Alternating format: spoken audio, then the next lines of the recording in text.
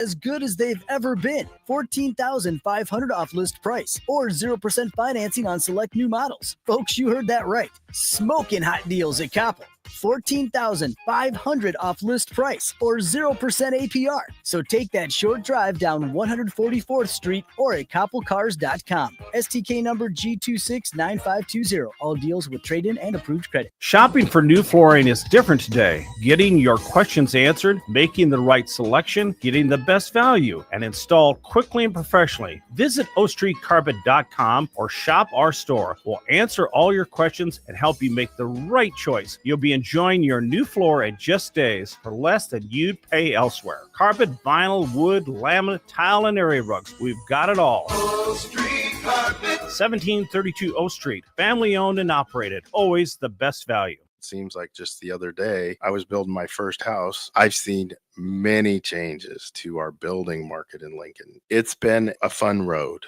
Bob Benish is the founder and president of Aspen Builders, online at aspenbuildersinc.com. You know, we hear this a lot where I don't want to live in a cookie cutter home. Well, let's come up with some answers on what we're going to build, where we're going to build it, and what it's going to cost. One thing that we started doing early on was we started building neighborhoods. I'm a firm believer in character in your street and in your neighborhood. I like choice. I like variation. I like maybe something a little bit different in a neighborhood that you don't see in every neighborhood. I think it's great to have choices, its uniqueness, and I think that's what gives a neighborhood character. And I think that's what we've done over the years. Make your dream home a reality and call Aspen Builders at 423-6811. Online at aspenbuildersinc.com. Your home is waiting at Aspen Builders. Wall-to-Wall Wine and Spirits is your place in North Lincoln to go for all your needs in wine, spirits, and beer. They also have a large variety of cigars in their walk-in humidor, and they have a top-notch walk-in temperature-controlled high-end wine room.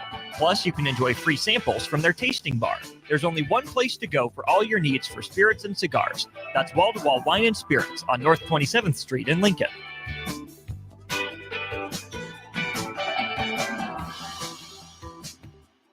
Lights out? Let LES know where to go.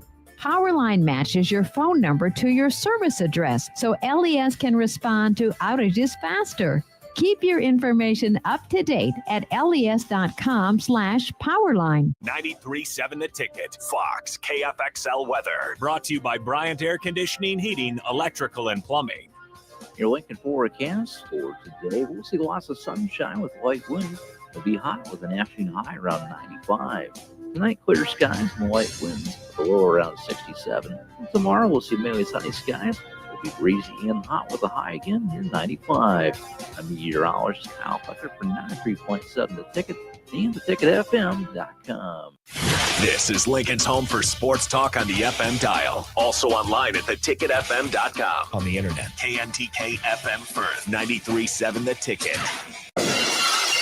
This is the Adam Carriker Show. Position right of the quarterback, out of the shotgun, 1st and 20. Jailbreak screen in the air. It is tipped. It is intercepted by Carriker at the Missouri 21-yard line. Live from the heart of Lincoln, America, 8-year NFL vet and All-American defensive lineman Adam Carriker. Shotgun snap to Everidge. He's got the left arm going, and now he's got a whole lot of Adam Carriker who rips him down inside the 25-yard line. On 93.7 The Ticket and theticketfm.com. Here is your host, Adam Carriker.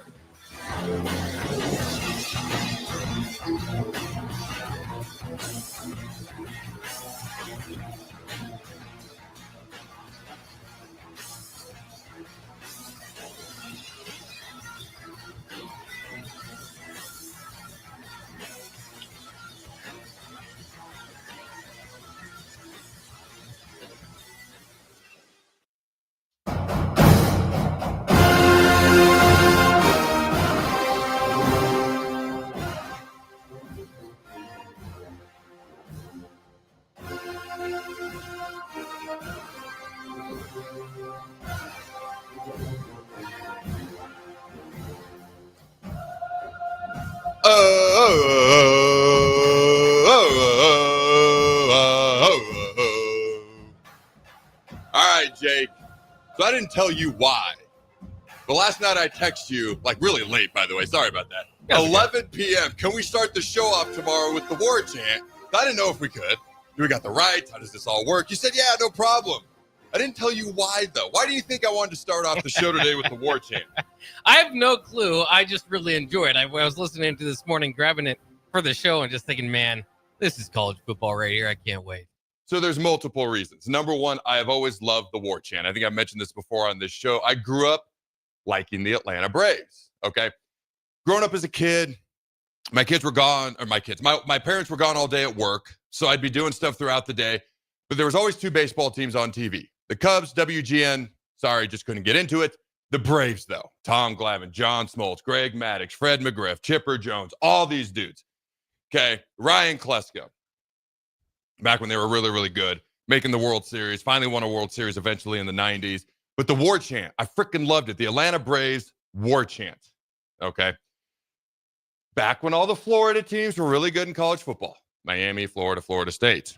I always tended to like Florida State a little bit more.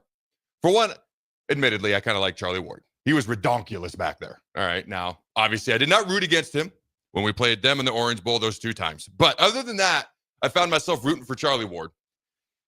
But the war chant, I just freaking love the war chant. Like, I think it's awesome. I think it's cool. Now, this first segment, if you bear with me, I'm a proud dad. All right, so a couple of weekends ago, the Carriker household had a rough weekend. I'm just going to be blunt with you. My son's team had a doubleheader on Sunday, lost both games.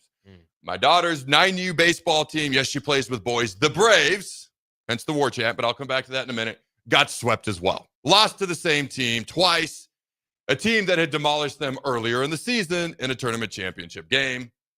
My daughter's state championship soccer team, Trinity's team, won the state championship in Nebraska, went to regionals. It didn't go quite as planned, okay? Had a rough weekend, they did.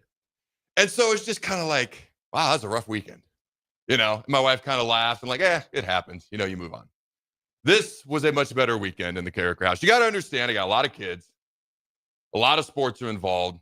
Like when I did the football camp, it's a natural, I almost said collision. That's not the appropriate word. It's a natural adjoining of two worlds for me, if you know me very well. Kids, sports, football. Like just naturally joining of those worlds. By the way, did I ever tell you? I had one person when they were going through getting autographs be like, hey, we drove 4 hours to be here from Western Nebraska. I had another person tell me they came from somewhere in Iowa. I said, I forgive you, but thank you for coming. They said, we drove 5 hours. And I'm like, man, if you drove 5 hours, because this thing, you really had to be here at 8. It started at 9. You either left at 3 a.m. and never took a break, or you drove in the night before and stayed at a hotel to come to this. And then somebody told me they drove from Colorado. So if you're like driving from Denver, which is on the Nebraska side of the state of Colorado, I assume it was that side of the state where there's Fort Collins, Loveland, Estes, if you've ever been there, Estes Park, Big Red of the Rockies. I'll give you a free shout out, I guess, there. All right. Or Denver, that's 8 hours nonstop. And I'm like, holy cow, these people really wanted to come to the camp. They all said it was worth it. But I digress.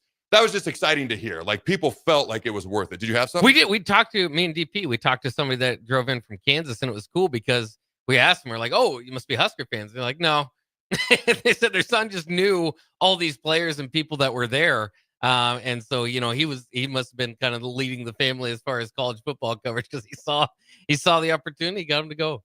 That's just pretty cool to hear stuff like that. And then when you hear it was totally worth it, we'll be back again next year. I'm like, oh, that's awesome.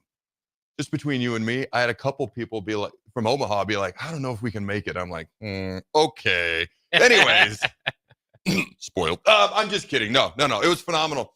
But this past weekend, and I talked about track. So I'll start with track, the previous shows, and I'll get to a couple other things and just kind of my overview on youth sports as a whole. So if you're not interested in youth sports, you know, tune back at 11:30. If you are, maybe you'll find this somewhat interesting. But my daughters went to regionals at Iowa State. They got to run on a D1 track this past weekend. All right, they're middle schoolers. Addison, she's going into high school. She's technically an 8th grader going into high school. Trinity's a 6th grader going into 7th grade. So middle schoolers got to run on a Division I track. So first of all, that's pretty cool for a middle schooler at regional track. All right. And I'm going to just brag on my kids a minute here. Addison had 4 events to try to qualify for nationals and qualified in 3 of them. Qualified for nationals, which were going to be in 2 weeks in 3 events, the 100, the long jump, and then her 4x100 team won the regional championship, but she qualified in 3 events, 2 of them solo, one with her 4x1 team. And so that was pretty awesome. She had been working so hard. And the other part of that story, I don't know if I've shared that here. Obviously, I'm rooting for my kids, but I especially wanted her to make it because she had actually qualified for middle school nationals, which is 6th, 7th, 8th grade combined, as a 6th grader in the 100. She had committed to softball. So she finished her softball season and didn't go. We're like, oh, surely you'll qualify the next, one of the next 2 years. She qualifies in 7th grade. And then we did this life-altering thing where we moved. And so unfortunately she didn't go. And I was like, in my back of my mind, I was just like, oh man, please qualify this year so we can take you. Like, I hope we didn't screw this up for you. Something happens, she doesn't qualify, and now you never got to go because mom and dad screwed it up, So we're pretty happy, especially for everyone who qualified. But Addison now finally gets to go. Mom and dad are like, no, we're taking you. It was funny because one of the 4x100 parents, apparently they had qualified last year. We weren't here yet. And they weren't able to go because one of the members of the team wasn't able to go. So the whole team couldn't go to nationals. And one of the moms, she doesn't know that I know this. She's just kind of chatting with me. And she's like, so if we qualify for nationals, Addie going to go? Just kind of feeling me out. Like, is this going to happen again? I'm like, oh, yes. Don't worry. We'll take her. She'd be furious at us if we didn't take her this year. So it's kind of funny. The mom was feeling me out, I could tell, being ever so nice. But she didn't know that I already knew. But just kind of cool there. Trinity, like I said, when she qualified at the state track to go to regionals this past weekend at Iowa State, she hadn't even had a track practice because she was so busy with soccer. And she had literally come from playing soccer games to try to run the 400 on Saturday that weekend and didn't qualify in the 400. Came from the state soccer championship game match. I think they call it a match, so to speak, and was very tired, hadn't trained, but did qualify in the 800. I just watched the video of her 800. She was actually in first with about 150 to go. You got to keep in mind, this is her second 800 of her life. There's strategy to this. Do you get way out? Do you kind of hang? Do you get in the hip pocket of somebody? And so you could see the girl who won, she ended up getting third, which is pretty freaking awesome for her second 800 ever, and she qualified for nationals. The girl who won actually starts to sag back lap 2. And I even commented to my wife as I'm watching the video, I'm like, oh, that girl's falling back. Angie just like smiles at me and goes, no, just watch. Right about 150 yards, okay, she kicked it. And she ended up winning. And her kick was insane. She just took off. And Trinity finished third, did absolutely phenomenal. So that was pretty cool this past weekend. It was a little bit of a, it's youth sports. You don't take anything too serious. You want them to get better, have fun, and hopefully develop a love of whatever it is that they're doing. But they put a lot of time and effort into this. And I find myself getting nervous for them. Like, I want the car ride home, them to be happy. I want them to be enjoying this. When my 9-year-old daughter, Dakota, goes to pitch, I get butterflies in my stomach. I want her to do good, but I just want her to do good so she's enjoying it and she's getting better. And frankly, she's happy on the car ride home and she's enjoying this and just feeling good about things. So that was pretty cool. But the Braves team, all right, first of all, they play the war chant throughout the game. If you are a parent of an opposing team, you find out real quick that everywhere this Braves team goes, there's like a home field advantage that follows them. This 9U baseball team, it's 9U baseball, so keep that in mind. But like the parents are very invested, very supportive, and it's really a fun atmosphere. There's been a couple games this year where I texted my wife because she's usually at some other event, like, we've got a home field advantage right now. These parents are just, and it's always very positive, always very supportive. Okay, and if somebody messes up or misses a grounder or strikes out, like, it's very positive. Hey, you got it next time. You'll bounce back, no problem whatsoever. So it's pretty cool to see. But it's funny because, first of all, when Dakota tried out for the team about a year ago, the team didn't even exist. There was no Braves team. And I called the coach. I'm like, I have a player who wants to try out. And then I chatted with Kevin for a little bit. He does a great job, by the way. And at the end of the conversation, I was like, FYI, the player is my daughter. And I just kind of paused. He's like, cool. Can she play? I was like, well, I think so. She's like, all right, we'll see at the tryout, I even chatted with him yesterday, after everyone went out to eat at a restaurant. I was like, what did you think when I told you that? He goes, I didn't care. He goes, it was a first. He goes, I didn't care. And then they went to the tryout. Honestly, she did really well. I walked away like, oh, wow, she looked really good today. I was very happy that she did good, but she was the first player they offered. And when we accepted, I liked, and this is kind of my overview of youth sports. we accepted there wasn't another player on the team. We had no idea what the team was going to look like. We had no idea if they were going to be any good or not. They could have won a state title. They were just as likely to be like 10-30. I had no idea. They're a double-A team. It goes single A, double A, triple A majors. Just kind of like going up to Major League Baseball, except those are the levels for youth sports. They could have been a single A team. They could have been a terrible single A team. They could have, I didn't know. I wasn't anticipating triple or majors. Like that just didn't seem likely. But I didn't care. I chatted with my wife and I'm like, first of all, he seems really reasonable. We were only back for a day or two. He was very flexible, tried to work with us on when and where the tryout would be. Most coaches were that way. There was one that was not.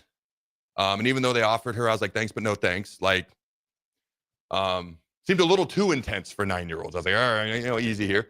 But then I chatted with him about multiple sports because that's a big deal. So I coached my twins. They were on the show here, a few weeks ago in basketball. A lot of coaches will say, I believe in multi-sport athletes. But then when it comes to crosshairs, if you don't prioritize the sport they're coaching, I'm going to be honest with you, it's a problem 19 times out of 20, 95% of the time. Like when I coach the twins basketball team, it's spring and summer. Baseball, soccer, softball, track. If that's your priority, totally cool. All right, if you're missing for another sport, I don't have zero issues with that. In fact, I went around and it's only eight players on a basketball team. So it's 1,000 times easier than a tackle football team or even baseball where you got like 12 or something like that. I got everyone's off-season schedule and I tried to work practices around their schedules, their soccer practices and softball and whatever the case may be. But most coaches, I'll be honest with you, yes, we support multi-sport athletes, but if you're gone, bam, all of a sudden there's an obvious repercussion. When I chatted with her coach, he said the same things you always hear. But the intent and the way he said things, I turned to Ange. Nobody bats 1,000, but I'm pretty good at reading people. I was like, I believe him. I actually believe him. Because she was doing soccer. There's a direct conflict from soccer and baseball. Direct. There's going to be games that you miss because of each other. There's nothing you can do about it. She won't keep playing soccer going forward. She's going to play baseball, which told me a couple of things. Number one, she really likes baseball. Number two, she loves playing with the boys. It doesn't matter to her because she could have switched to softball or stuck with soccer. She's like, no, I want to play baseball and I want to stay on this team. Oh, that's awesome. But we chose them having no idea what the team was going to look like. Not really knowing the coaches, just the impressions that I got. But they were very positive and they seemed genuine. And the multi-sport thing is a big deal to us. Like we actually mean it. And so it's interesting because, the teams kind of get put together and every once in a while I chat with him. And before we ever played a game, there was only 3 kids on the team that had ever hit off what would be considered a kid pitching. Only 3 players on the entire team. Everyone else, they had come from either machine pitch. I don't think anyone came from T-ball or a coach pitch. Like you get down on a knee. I've got this big old pad at home that I put under my knee because I'm not tough anymore. And when I pitch and kid pitch, I get on a knee, I got the pad, you just toss it to the kid. So, what does that mean? I don't know. They're 9. You don't take it too serious. I didn't care. And I just wanted someone who was going to work with the multi-sport athletes, someone who seemed to genuinely care about the kids, and someone who was going to be decent to work with and didn't take things too seriously. Like was committed, was going to be there, reliable, but you don't like overemphasize. Like you're not living through the kids, you see so much. Too often, I should say. And so they ended up winning the AA state championship yesterday. This team that didn't even exist a year ago. We had no idea what was going to happen.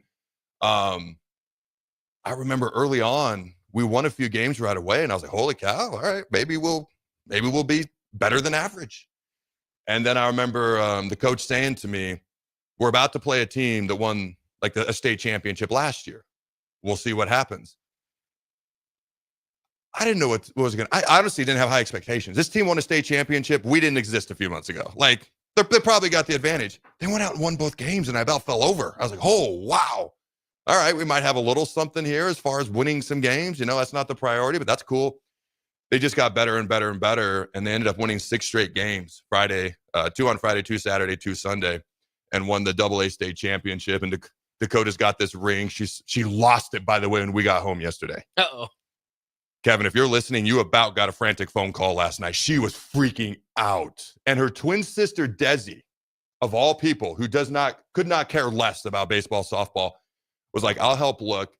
And me and Dakota had looked for like a solid 30 minutes everywhere we could think. And Desi's the one that found it. Somehow it ended up in the garbage. Ooh. And I never thought to look in the garbage. Why would it be in the garbage? Desi's like, because we came home, we had all this stuff. And she's like, well, what if it just it fell and got randomly picked up and thrown away? I was like, sure, Desi, go looking through the garbage if you want. And then she found it. So Dakota was pretty happy. But, it was just kind of cool because, proud of obviously Addison Trinity, proud of Dakota and her team. You don't know what's going to happen. For me though, like when I look at youth sports and I coach youth sports and what teams are my kids going to be on, you just try to do the best you can. As far as wins and losses, I'm like, I just want them to be competitive, because if you like your teammates, you like your coach, but you're going out there losing like by 50 points every game, that's not going to be fun. Just, can you be competitive? Can you be around 500? But then can you have someone who teaches them basics and fundamentals, who keeps the game fun and genuinely cares about the kids? That's really all I was looking for. And then, as long as the team's not getting killed, because if you are getting killed, I don't care how nice the coaches or your friends are. That's not fun. Just, can you be around 500? Can you be competitive? And then just have good people on the team. And it's pretty cool to see, because at Olympus Track, that's where my girls run. Ramon actually ran the combine portion of the camp, and him and Coach K, and they ran the warm-ups part of the camp that we ran. But they do a great job at Olympus Track. And then it was kind of cool to see a Braves team that didn't even exist a few months ago. And we play the war chant when the kids are getting ready to hit, and they love it. I don't know if at first the coaches were very crazy about it, to be honest with you. But I love the war chant. Some of the parents kind of looked at me like, what do you think? And I was like, I freaking love the war chant. So the more you can play it, the better. So we're sitting there at the restaurant yesterday, eating after they had won their last game. And some of the parents are like, you should open up the show with the war chant. And I was like, you ain't got to ask me twice. I've loved the war chant since I was like 8 years old, watching the Braves, watching the Seminoles, watching all these teams. So I don't know. I'm a proud dad. Kind of some of my thoughts on how I approach youth sports. I like multi-sport athletes. I like putting the bag down for a little bit so that when you pick it up again, you're excited. I ask my kids, hey, do you want to keep doing this certain sport this time of year? Do you want to take a break? The other thing I try to keep in mind is if a 10-year-old looks at me and says, I want to do it, but it's technically the off season and they want to do it and you have them do it, that's perfectly cool. The thing I keep in the back of my mind is not the 10-year-old kid, it's the 15-year-old, it's the 17-year-old, it's the 18-year-old. Do they still want to do it? Have they been given enough downtime? Because it's easy to become trapped in the moment of, hey, everybody else is doing this, are we going to fall behind? And that can become a challenge. You don't want your kids to get left behind or feel like they're not keeping up. But then when they get to high school, do they want to still keep doing it? My son was on a baseball team where he was at before. And I didn't know they had rankings for baseball teams, but they were like a top 5 12U baseball team in the state of Colorado. And they'd been together since they were 8. By the time we moved here, of the 12 kids on that team, only 4 kids were going to play high school baseball. It's not an indictment on what they did, because there's a weeding out process everywhere anyways. Kids eventually like, okay, I just don't like this sport anymore. Or I would rather do something else. Or I have another sport I like better. Like Dakota just chose baseball over soccer. It's not necessarily a bad thing. But my goal was always, I don't want my goal as a parent when it comes to sports, if they play beyond high school or not, whatever, we'll see what happens. Obviously, if they want to, we'll support, they got to earn it. But through high school, because everybody can play through high school if they want to, my goal was that I don't have a single kid in my house who looks at me and says, I'm sick of this sport and I don't want to do it anymore. If they say, I don't want to do it because I like something else, or I just don't like sports. But if a kid looks at me and says, I'm just sick of doing this, because I had a kid that I coached in football, I got him late. He didn't want to come back and play in 8th grade. He goes, Coach, I've been doing this since I was 5, which isn't a bad thing. But for him, he was done. Like he had done fall flag football and tackle football, spring 9-on-7 and spring flag, which is fine. But for him, he's like that. He's like, Coach, I've been doing this since I was 5. I've scored 1,000. He was really fast, a running back. He's like, I've scored 1,000 touchdowns. It's not fun anymore. So for him, he was done. So it's walking that fine line of, yeah, you want to help your kids. You don't want them to feel like they're getting left behind. But at the same time, there's kind of that marathon approach of, I want a kid, if they choose not to do a sport, for it to be something other than, I'm just tired of doing it and it's not fun anymore. Maybe I just don't like the sport. Found out Dakota's not crazy about soccer. Her twin sister, Desi, freaking loves it. So I don't know. Does that all kind of make sense? I'm just a proud dad kind of sharing, and I thought it might also feed into, I love the war chant. By the way, Braves parents, I played the war chant. But also just kind of my thoughts on youth sports in general. We touch on it here and there, but never go too much in depth. Does that kind of make sense to you, Jake? Yeah, absolutely. It's a cool segment, especially just for me, because I can't help. My son's 4 years old. I can't. I'm like right now, and you're talking about, I was like, I want to go run with him. I want to go play with him. So I can't wait to kind of get into that. But you're right. I mean, I've been around, growing up, parents that, a kid has a talent somewhere and they just kind of burn him out, like you're kind of saying, or him or her. And, they kind of get frustrated with even playing, even though they're good at it. That's why when you said, like, I've scored 1,000 touchdowns, doesn't matter to me. I'm like, man, I never scored a touchdown. Well, in his defense, he had, like, he was really fast. I looked at him at one point. He lives in another state, and I won't say his last name. Christian was his name. I looked at literally a year earlier. I was like, you might be the best, middle school running back in the state. Now, I didn't see every running back in the state, but he was really good. I said, you might be. A year later, he didn't want to do it anymore. So, and it's that fine line, because you want, like, if your kids have goals of playing, whether it be in a really good high school baseball or track or basketball player or whatever, or they have goals of playing beyond, you want to help them. You don't know what's going to happen, but you certainly want to help give them opportunities, and they have to earn it. But it's that fine line of keeping it fun, yet you're trying to help them. And some kids have no interest in playing highly competitively or playing beyond high school. And that's perfectly cool too. When Dakota chose baseball over soccer, I didn't say you can only play one. I said you can only do one club because it becomes too much, the two sports overlapping. And when she chose baseball, I was like, do you want to go do rec soccer? Do you want to do YMCA soccer? No problem. She chose not to, which is fine, but I didn't say you couldn't do it. It's just time-wise, there's only so much time in a day. All right, man. Any other final thoughts? Is there anything off the text line before we go to break here? There's a few thoughts here. Cubsker says the Nebraska fans going to do war chant at Arrowhead. Would that be acceptable? Because I love the war chant and I love Nebraska, so I'd be in. I get the feeling I may be in the minority there. What do you think? Would that be acceptable? I don't think it'd be acceptable. I think most fans probably don't love the war chant just because there's like you said, the Florida schools rivalry of the 90s. I don't think it's going to happen. I get it. Anything else? Just some other comments here. Andrew says he spoke to the same family I did from Kansas, said they drove 5 hours to make the camp. And then BJ Arroyo says, I feel your pain, Adam. When my kiddo is bowling in competitions with me or on his own, I just want him to do well. At least we won gold at Cornhusker State Games yesterday in 4-person team. Go troop group. Very cool. Yeah. Congrats. Yeah. All right. Is that about all of them? Yeah, that's it. No, it's funny because anytime, like when Jacob pitches or Dakota pitches, Addison used to do softball and she was the main pitcher. Where she did it so much, it was a little bit less, but where, some of the other kids we have don't pitch as frequently. When they're on the mound, man, my stomach gets in knots. And all I can think, and I remember there was one of the outings, pitched 3 solid innings. And I was like, don't send them out for the 4th. Like, not that they can't do it, but I was like, they're going to go home happy right now. Went out for the 4th, didn't make it through the 4th. Now, the one thing that I could say, and I told that kid that day, was you've never pitched 4 innings. The coach trusted you to try to do something you've never done before. So that's a compliment. And after I said that, they felt better. But I get butterflies because I just want them to be happy and do well. All right, before we go to break, real quick, we are proud to announce a new partnership.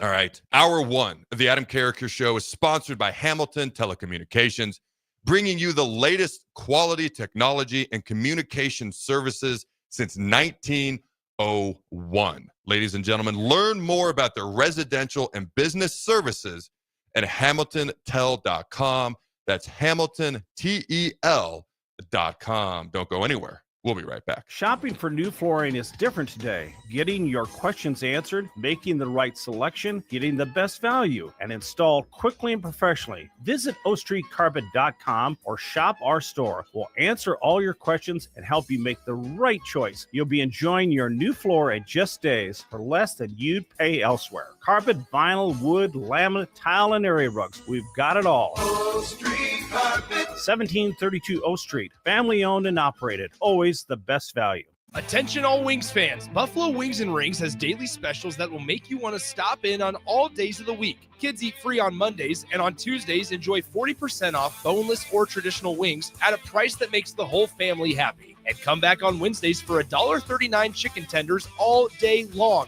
Get to Wings and Rings today, 68th and O, or in Williamsburg Village. Get rid of pesky critters once and for all with Bats to Rats. Their expert team is here to help you reclaim your home. No more sleepless nights caused by crawling critters or flapping wings. Bats to Rats ensures a safe environment for every family member. Check the website at batstoRats.com for amazing offers. And if you mention this ad, you'll receive $10 off your initial inspection cost. Call Bats to Rats today at 402-781-8691. That's 402-781-8691. Bats to Rats. A1 Automotive's second location is now open at 5110 State Hill Drive, just off of Yankee Hill Road. The new location continues to specialize in all makes and models and provides personalized service as they have for 15 years. To honor the new store opening, A1 is offering $25 off any service over $300, $50 off services over $500, and $75 off services that total over $750. All through July 31st. Schedule your appointment today at a1autolincoln.com and visit their new location in South Lincoln at 5110 State Hill Drive. Empire Netting and Fence delivers top quality netting and fence solutions. From major sports venues to backyard installs and everything in between, coast to coast. We take on tough jobs with grit, integrity, and a strong commitment to safety. Empire is growing, and we're hiring motivated people ready to grow with us. We build each other up, and we're building something big. Think you've got what it takes? Apply now at empire-fence.com. That's empire-fence.com. This is Bill Mitchner, Executive Director of Lincoln Lighthouse. Did you know Lighthouse provides multiple programs for students such as one-on-one tutoring and mentoring, as well as pro-social skill exercises, while providing them a nourishing meal and a safe space during all months of the year, even during school breaks. Learn more or contribute to Lighthouse at lincolnlighthouse.org today.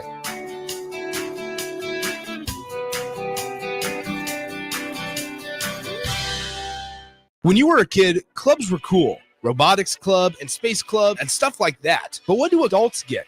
Book clubs and quilting clubs? Nah, forget that. How about margarita clubs and old-fashioned clubs? Get to Upside Bar and Lounge for the best clubs in town. Try all 10 varieties of Upside margaritas or old fashions and take home a free souvenir glass. Grab the whole crew and pair it with Taco Night on Mondays or Whiskey Wednesdays. Upside Bar and Lounge at 29th and Pine Lake.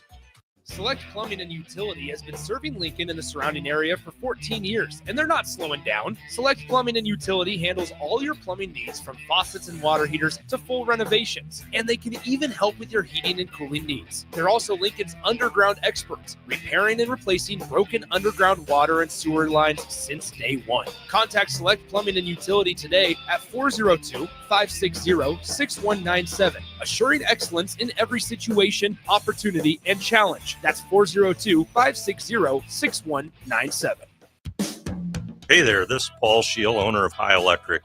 I want to thank our friends and loyal customers and introduce High Electric to those looking for a new electrician. We've been serving the Lincoln and Omaha area for over 30 years, from design to install, upgrades, and repair. If you are a homeowner or a small business needing some electrical work, call us at 402-466-6606 or check us out at hyelectric.com. We look forward to hearing from you. When opportunity knocks, you don't want to miss the call. Hamilton Business Technologies makes communication easy and efficient using customized technology, all while putting people first. Whether you're working from the office, at home, or on the go, Hamilton Business Technologies equips your business with the right tools for smooth, professional call handling. Hamilton Business Technologies. Real people, real technology solutions. Learn more at hamiltonisbusiness.com. Gaina Trucking is hiring CDL Class A and B drivers. Their strong team culture makes it not a job, but a career. Gaina Trucking offers health, vision, and dental insurance, 401k with company match, an employee assistance program, and other bonus programs. Build a better career today with great team culture at Gaina Trucking. Learn more and apply today at gainatrucking.com.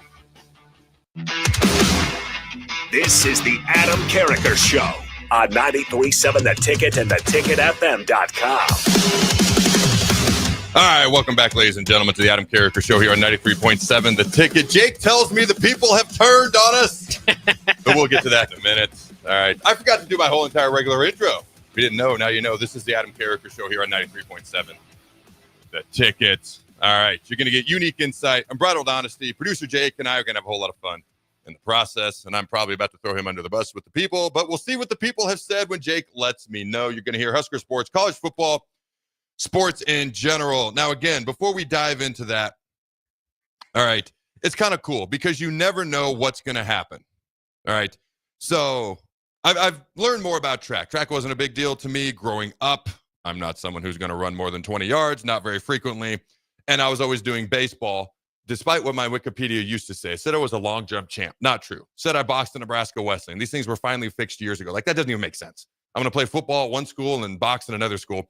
But I'm learning more and more about track, okay? And let's see here. Make sure I say her name correctly. Annie Coons.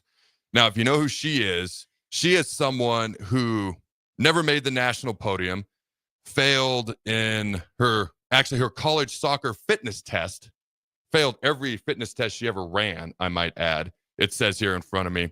Now she makes a living running track as a 2-time U.S. champion and an Olympian as well. And it's kind of one of those things where you never know what's going to happen. Sometimes it's not about, well, most of the time it's not about what happens to you. It's not about the hand you're dealt. It's about how you respond to the obstacles thrown in front of you and how you play the cards that you're held. It's kind of like that old Kenny Rogers Gambler song. You got to know when to hold them, know when to fold them, know when to walk away, know when to run. In other words, he never talks about the hand he's dealt. If you know that song, it's a great song. It's about how you play them. It's about what you do with those cards. And, you know, I talked about baseball. Baseball is a game of failure. Okay. And this was sent to me by someone who's a big time baseball guy. They go, if you succeed 30% of the time in baseball, 300 batting average, that means you failed 70% of the time and you're considered really good. But he talks about how it's such self-talk. It's the mental approach that is such a big deal. Here's exactly what he sent me. He said, your self-talk is the most important conversation you'll ever have. And I quote, I want my next at bat. I'm ready. Trust the work. Just play the game and have fun. I got out, but I had a really good at bat. I'll get it next time. You never know what's going to happen. You never know how things are going to go. And here's something else that stuck out to me. David Rudisha. All right. So I'll keep names out. There's certain people who are asking for certain training tools right now. All right. And they don't have them yet. Admittedly, I want to get them to them. It's just taking a little bit of a time. But I've always said, if you want something bad enough, you'll find a way. If you don't, you'll find an excuse. And if you know who David Rudisha is, all right, he is a retired Kenyan middle distance runner who is the world and Olympic record holder in the 800 meters. All right, set the record in 2012. Rudisha won gold medals in the 800 meters at the 2012 London and 2016 Rio Olympic Games, where he set the world record in the event with a time of 1 minute and 40 seconds, which, by the way, if you don't know, is insane. I'm staring at a picture of him, and underneath it says David Rudisha trained on a dirt track, and it is indeed a dirt track. Like, not a blade of grass in sight, no lines anywhere, a dirt track in rural Kenya, and broke the world record in the 800 meter in the 2012 Olympic finals. So sometimes, you know, when things don't go your way, like I said, it's not about what happens to you, it's about how you respond, because everybody has adversity. And so I don't know. Hopefully that's a little bit inspirational. Hopefully that makes sense to people out there. The people that, according to Jake, have apparently turned on us. What are they saying about the tomahawk chop and the war chant? Well, they might be more upset at Cubsker, who suggested that Nebraska might do the war chant at Arrowhead. Crowbait says, war chant, no. 5124 says, us doing the war chant makes no sense. Old Dad 34 said, I love the war chant until Florida State stole a natty from us. And Bill and Bennett says, hell no, the war chant should never be played in Memorial Stadium. Again, the example is going to be at Arrowhead. Yes, but yeah. That's a key distinction there. No, not at Memorial Stadium. Very important, yeah. Yeah, at Arrowhead. So I will readily admit, most people aren't going to like this. Most people aren't going to be on board with this. I just love the war chant. Like, they could do it at a Michigan-Ohio State game. It would make no sense, and I'd be happy. Like, I'm not even kidding you. Like, I love the war chant. I have since I was a kid. For me, it doesn't have to make sense for it to be played. Just the fact that it's being played, I like that. But I'm not surprised people are not, uber excited about the war chant at a Nebraska game. I would never propose at Memorial Stadium. Even I would admit that would be asinine. But like at Arrowhead, it probably still doesn't make sense. But I would still probably like it because that's me. Are you? I got a question for you. You said Florida State was one of your favorites in Florida, which isn't speaking to you. I mean, there's a bunch of teams nobody likes in Florida. Yeah. Do you think you're cheering for Florida State this year to rebound from their 2-10 or not? And then the other thing is, if you remember, there was a talk last couple of years, actually, they stopped doing the war chant on third downs, which was that was the thing to do at Florida State because it was messing with communication for the players in the helmets. Like that was the whole point. So I was a little bit disappointed. And because they've stopped doing the war chant on third downs, I less care for Florida State football. Yeah, not doing the war chant on third downs. Aren't both teams dealing with communications in the helmet? Why can't you get it figured out? And no, that didn't make. I understand why they said it. It still doesn't make sense to me. I still think it sounds silly. Do the freaking war chant. Crank it up as loud as you can. I mean, I'd be that guy that's running the music, and I'd be like pumping in a little bit of crowd music, trying not to get caught while I'm doing it at the same time because that's not legal in a football game, Jake. But as far as Florida State bouncing back, there's a Tony White aspect to that answer. Because initially my response was yes, but then if you noticed, I started smiling while you were asking me because I'm like, there's a Tony White aspect to that and a James Williams aspect to that too, to a degree. I like it when the Blue Bloods are good. College football is better when Nebraska is good, when Miami is good, when Florida State is good. And you might argue that some of these teams are just outside the quote-unquote Blue Bloods or whatever, but the traditional really good programs when you think of good college football programs over the years. If you made a top 15 list, every team I just mentioned would be on there. Now, if you make a 18 Blue Blood list, maybe not Florida State, probably not Miami. You could argue if you want to. But I feel like college football is better. Like when Washington was good a couple of years ago in the national title game. Now, I'm a little biased. I was not a Huskies fan, but I grew up in the state of Washington. Oregon, to me, I see Washington as a little bit more of a traditional power, not a traditional power, but more of a traditional power than Oregon, even though Oregon has more recent success. USC, Ohio State, I know they're really good, but Notre Dame, them getting back to the national title game. If Nebraska can't make it, join a conference, Notre Dame. But outside of that, I was actually glad to see them compete and not get boat raced in a college football playoff game and actually win a couple of those games. So for me, I want to root for Florida State because of that reason. Now, when you factor in Tony White, on a personal level, love Tony White, have a phenomenal relationship with him. The day it was announced he was going to Florida State, I was actually texting back and forth with him. And I did a live reaction. And there was stuff he asked me not to share, so I didn't. But a lot of just about everything I was sharing was directly from him. So I want to root for him. That being said, I want Florida State's defense to struggle just enough that I don't feel bad about him leaving. They can be good, but as long as Nebraska is slightly better or the Florida State struggles just enough that I can feel it's okay he's not here anymore, then Florida State can play really well beyond that. Does that make sense? Yeah, that's fair. I think I like that. Yeah, because I want to root for Tony, but I don't want the football coach Tony to do better than our D coordinator. You know what I mean? That's what everybody says when they hope their ex does well. It's not quite as well as me, but still well. I'm going to be honest with you. One of my exes, it depends, kind of on who it is, but there's some that I hope they do great to a degree. And there's some that maybe that degree is a lot less. How about I put it that way? All right. You got anything else real quick? Anything off the text line? Otherwise, I do have a couple of random things that I thought people might find interesting. No, go ahead. Did you know that in 2003, Sean McVay was named the high school football player of the year? Did you know that part to begin with? I've heard he had some success. I didn't know that specifically. High school player of the year? Have you ever met him? That's a big deal, huh? You don't have to be a gargantuan human being to be good in football. He is a small guy. So he must have had I'm thinking Danny Woodhead type moves and ability and agility or something like that. He beat out Calvin Johnson They were the kind of the two finalists for high school national player of the year. Yeah. And to me, when I found that out, I saw it yesterday. I was like, whoa, not too bad. Is Calvin in the Hall of Fame? He's got to be. I mean, I would assume so. And then you've got a Super Bowl winning coach, because Sean McVay went on to win a Super Bowl and actually coach in 2 Super Bowls, but win a Super Bowl with the Rams. I also thought that this was kind of cool. All right. Steelers superstar wide receiver DK Metcalf was not able to swim when he was 22 years old. Can you swim? Yes. I can swim. Yes-ish. I like my feet touching the ground, though. I can't swim for long. Is that yes-ish? Yes-ish? Yes-ish.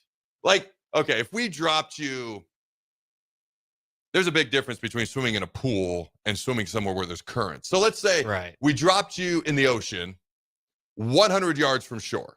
So it's not close, but it's not uber far. Like, endurance isn't a huge factor, but it's going to factor in a little. It's mostly your swimming ability. Could you make it to shore on a typical day in the ocean? Yeah, I think 100 yards, maybe like 200 or 300. I start to get worried. Okay, so you can swim then. To me, that's swimming. Beyond that, conditioning comes into it. Okay, I can do that as well. Okay. Apparently, DK Metcalf could not swim at the age of 22 years old. Russell Wilson heard about this and started helping Metcalf overcome his fear of the water, teaching him to swim with breathing techniques and the front crawl. I just thought that was kind of a cool story right there. Kind of a feel-good story, something you don't hear a lot about. It's easy to kind of make fun of Russell Wilson now. All right, still a Super Bowl champ, great career, exceeded all expectations coming out of college, and an all-around good dude, it would seem. Are you a Russell Wilson fan? Oh, yeah. I would say so, yeah. Like you said, it's become kind of, it's become kind of favorable to talk down on him because things didn't go quite so well in Denver. But yeah, I liked Russell Wilson, especially, except for when he played against Nebraska with Wisconsin. That was frustrating. Yeah, it's not always great. Is there something off the text line? You look like you got something you're looking at. No, I don't see anything here. Okay. Did you see? So the Colorado Rockies, they're not having a great season, as we're aware. Did you see the play? I believe it was yesterday. There was like 4 errors that they had on one play. Yeesh. Let me see. I want to see who they were. Trying to see who they were playing. Looks like the Indians, although I can't quite tell. I've watched the clip. I just had a screenshot to remind me to talk about it. I watched the clip. It's a ball up the middle. Pitcher misses it. Then it goes off. I think the shortstop's glove. So there's 2 errors within about 1 second of the ball hitting the bat. Now, the headline is the Rockies made 19 errors on this play, a major league record. There was not 19 errors. A bit of an exaggeration. Because I watched it. I'm like, I don't see 19 errors. And my wife's like, it's tongue in cheek. I was like, okay. But there's 2 errors within 1 second. Then it goes into right field. The right fielder, for some reason, doesn't use his glove, decides to use his bare hand, and then completely misses the ball. And as opposed to turning around and hustling to the ball, just stands there and goes like, throws his arms in the air. The center fielder, who was backing him up, luckily, picks it up, throws it to third. Wild throw to third. Third baseman can't even get it. So what would have been just a routine signal turned into a triple, and had the base runner been paying attention, he could have gone home. Hey, much love to the 9U Braves, but I felt like I was watching 9U baseball out there. This is a professional baseball team. I just didn't. My son sent it to me. He's a big-time baseball guy. I didn't know if you'd seen it. Man, the Rockies just kind of having a little bit of a rough year there. All right, you got any final thoughts before we head to break there, Jake? Yeah, I actually, now that you mentioned, I did see that play, and man, that is frustrating. It's always interesting because you do like different levels of watching baseball is different, right? Especially in fielding, expecting what the expectations are. So yeah, I mean, I agree with you. If I just watch that play, like, what level is this? What is this? That's tough. That's tough right there. All right. I haven't even told you can see it if you looked at the headline of the show, obviously, but normally I kind of give people a disclaimer what we're going to talk about and when. So coming up very soon, all right, probably at break, although the next segment's usually a little bit shorter, so maybe at the top of the hour, at that noon hour, there's 3 main things we're going to talk about. All right, Matt Rhule's year 3 jump. Let's look at what we can learn from Matt Rhule's 3rd seasons at Temple and Baylor. And will that not equate to Nebraska and his year 3 here at Nebraska? What can we potentially expect, learn from his year 3s at Temple, at Baylor, and what can we expect going into his year 3 at Nebraska? Everybody's hoping for that jump. And I do want to clear one thing up because I've talked about, 8 wins not being a jump but being an improvement. I think when I talk 8 wins, I'm factoring in going to a bowl game. Because to me, I don't think of 6-6 last year. I think of 7-6. So I factor in a bowl game. So to me, I hope I haven't confused people. Say, oh, 8 wins. That's not a jump. If I were talking regular season, 6-6 to 8-4, that's a little bit of a jump. It's not a leap, but it's a jump. I'm kind of saying, hey, we should go to a bowl game. So to me, I'm thinking it's safe to say we're going to win 8 games, including a bowl game, if we're going to take a jump, factoring in a bowl game. Now we're talking 9 wins. So I don't know if I've made that clear in the past. I don't want to confuse anybody. We're also going to talk Phil Steele. Man, he's been doing it for years. I look forward to his magazine coming out every summer, ever since I was a kid. Yet another publication says Nebraska has the easiest schedule in the Big Ten. I'm going to dive a little bit more into why, because I keep seeing it, and I took another look at our schedule, and I think there's even an additional reason as to why that you and I haven't even discussed yet. And my former teammate, Ndamukong Suh, retires from the NFL. Don't go anywhere. We'll be right back. Attorney CPA Joe Cordell. Hopefully you and I agree that you should do everything you can to save your marriage. Divorce is hard, expensive, and its outcome is usually not all you hope for. However, when doing everything has failed, when divorce remains as your last option, consider Cordell & Cordell as your first choice to help you through the divorce process to a better place on the other side. We've been a partner men can count on for more than 30 years. Let us be that partner for you. The attorneys at Cordell & Cordell work to help men maximize their role in their children's lives. Schedule an appointment with one of Cordell & Cordell's Lincoln area attorneys, a partner men can count on. 402-858-3220. That's 402-858-3220. Online at CordellCordell.com. That's CordellCordell.com. Office in downtown Lincoln. 1221 N Street, Suite 801, Lincoln, Nebraska 68508. When you were a kid, clubs were cool. Robotics club and space club and stuff like that. But what do adults get? Book clubs and quilting clubs? Nah, forget that. How about margarita clubs and old-fashioned clubs? Get to Upside Bar and Lounge for the best clubs in town. Try all 10 varieties of Upside margaritas or old fashions and take home a free souvenir glass. Grab the whole crew and pair it with taco night on Mondays or whiskey Wednesdays. Upside Bar and Lounge at 29th and Pine Lake. Seems like just the other day I was building my first house. I've seen many changes to our building market in Lincoln. It's been a fun road. Bob Benish is the founder and president of Aspen Builders, online at aspenbuildersinc.com. You know, we hear this a lot where I don't want to live in a cookie cutter home. Well, let's come up with some answers on what we're going to build, where we're going to build it, and what it's going to cost. One thing that we started doing early on was we started building neighborhoods. I'm a firm believer in character in your street and in your neighborhood. I like choice. I like variation. I like maybe something a little bit different in a neighborhood that you don't see in every neighborhood. I think it's great to have choices, its uniqueness, and I think that's what gives a neighborhood character. And I think that's what we've done over the years. Make your dream home a reality and call Aspen Builders at 423-6811. Online at aspenbuildersinc.com. Your home is waiting at Aspen Builders. Get rid of pesky critters once and for all with Bats to Rats. Their expert team is here to help you reclaim your home. No more sleepless nights caused by crawling critters or flapping wings. Bats to Rats ensures a safe environment for every family member. Check the website at batstorats.com for amazing offers. And if you mention this ad, you'll receive $10 off your initial inspection cost. Call Bats to Rats today at 402-781-8691. That's 402-781-8691. Bats to Rats. Are you looking for a place to relax and unwind after a long week? Grotto Bar and Lounge is the perfect spot to enjoy a full menu and in-house DJs on Friday and Saturday nights. If you're wanting to start your Saturday or Sunday off the right way, stop by for brunch starting at 9 a.m. Don't forget, Grotto offers a full catering service as well for those graduation parties, birthday celebrations, and weekend family get-togethers. Give Grotto Bar and Lounge a call today at 402-261-3019 or visit them in person at 70th and A in the Clock Tower Shopping Center. Hey there, this is Paul Shiel, owner of High Electric. I want to thank our friends and loyal customers and introduce High Electric to those looking for a new electrician. We've been serving the Lincoln and Omaha area for over 30 years, from design to install, upgrades, and repair. If you are a homeowner or a small business needing some electrical work, Call us at 402-466-6606 or check us out at HYElectric.com. We look forward to hearing from you.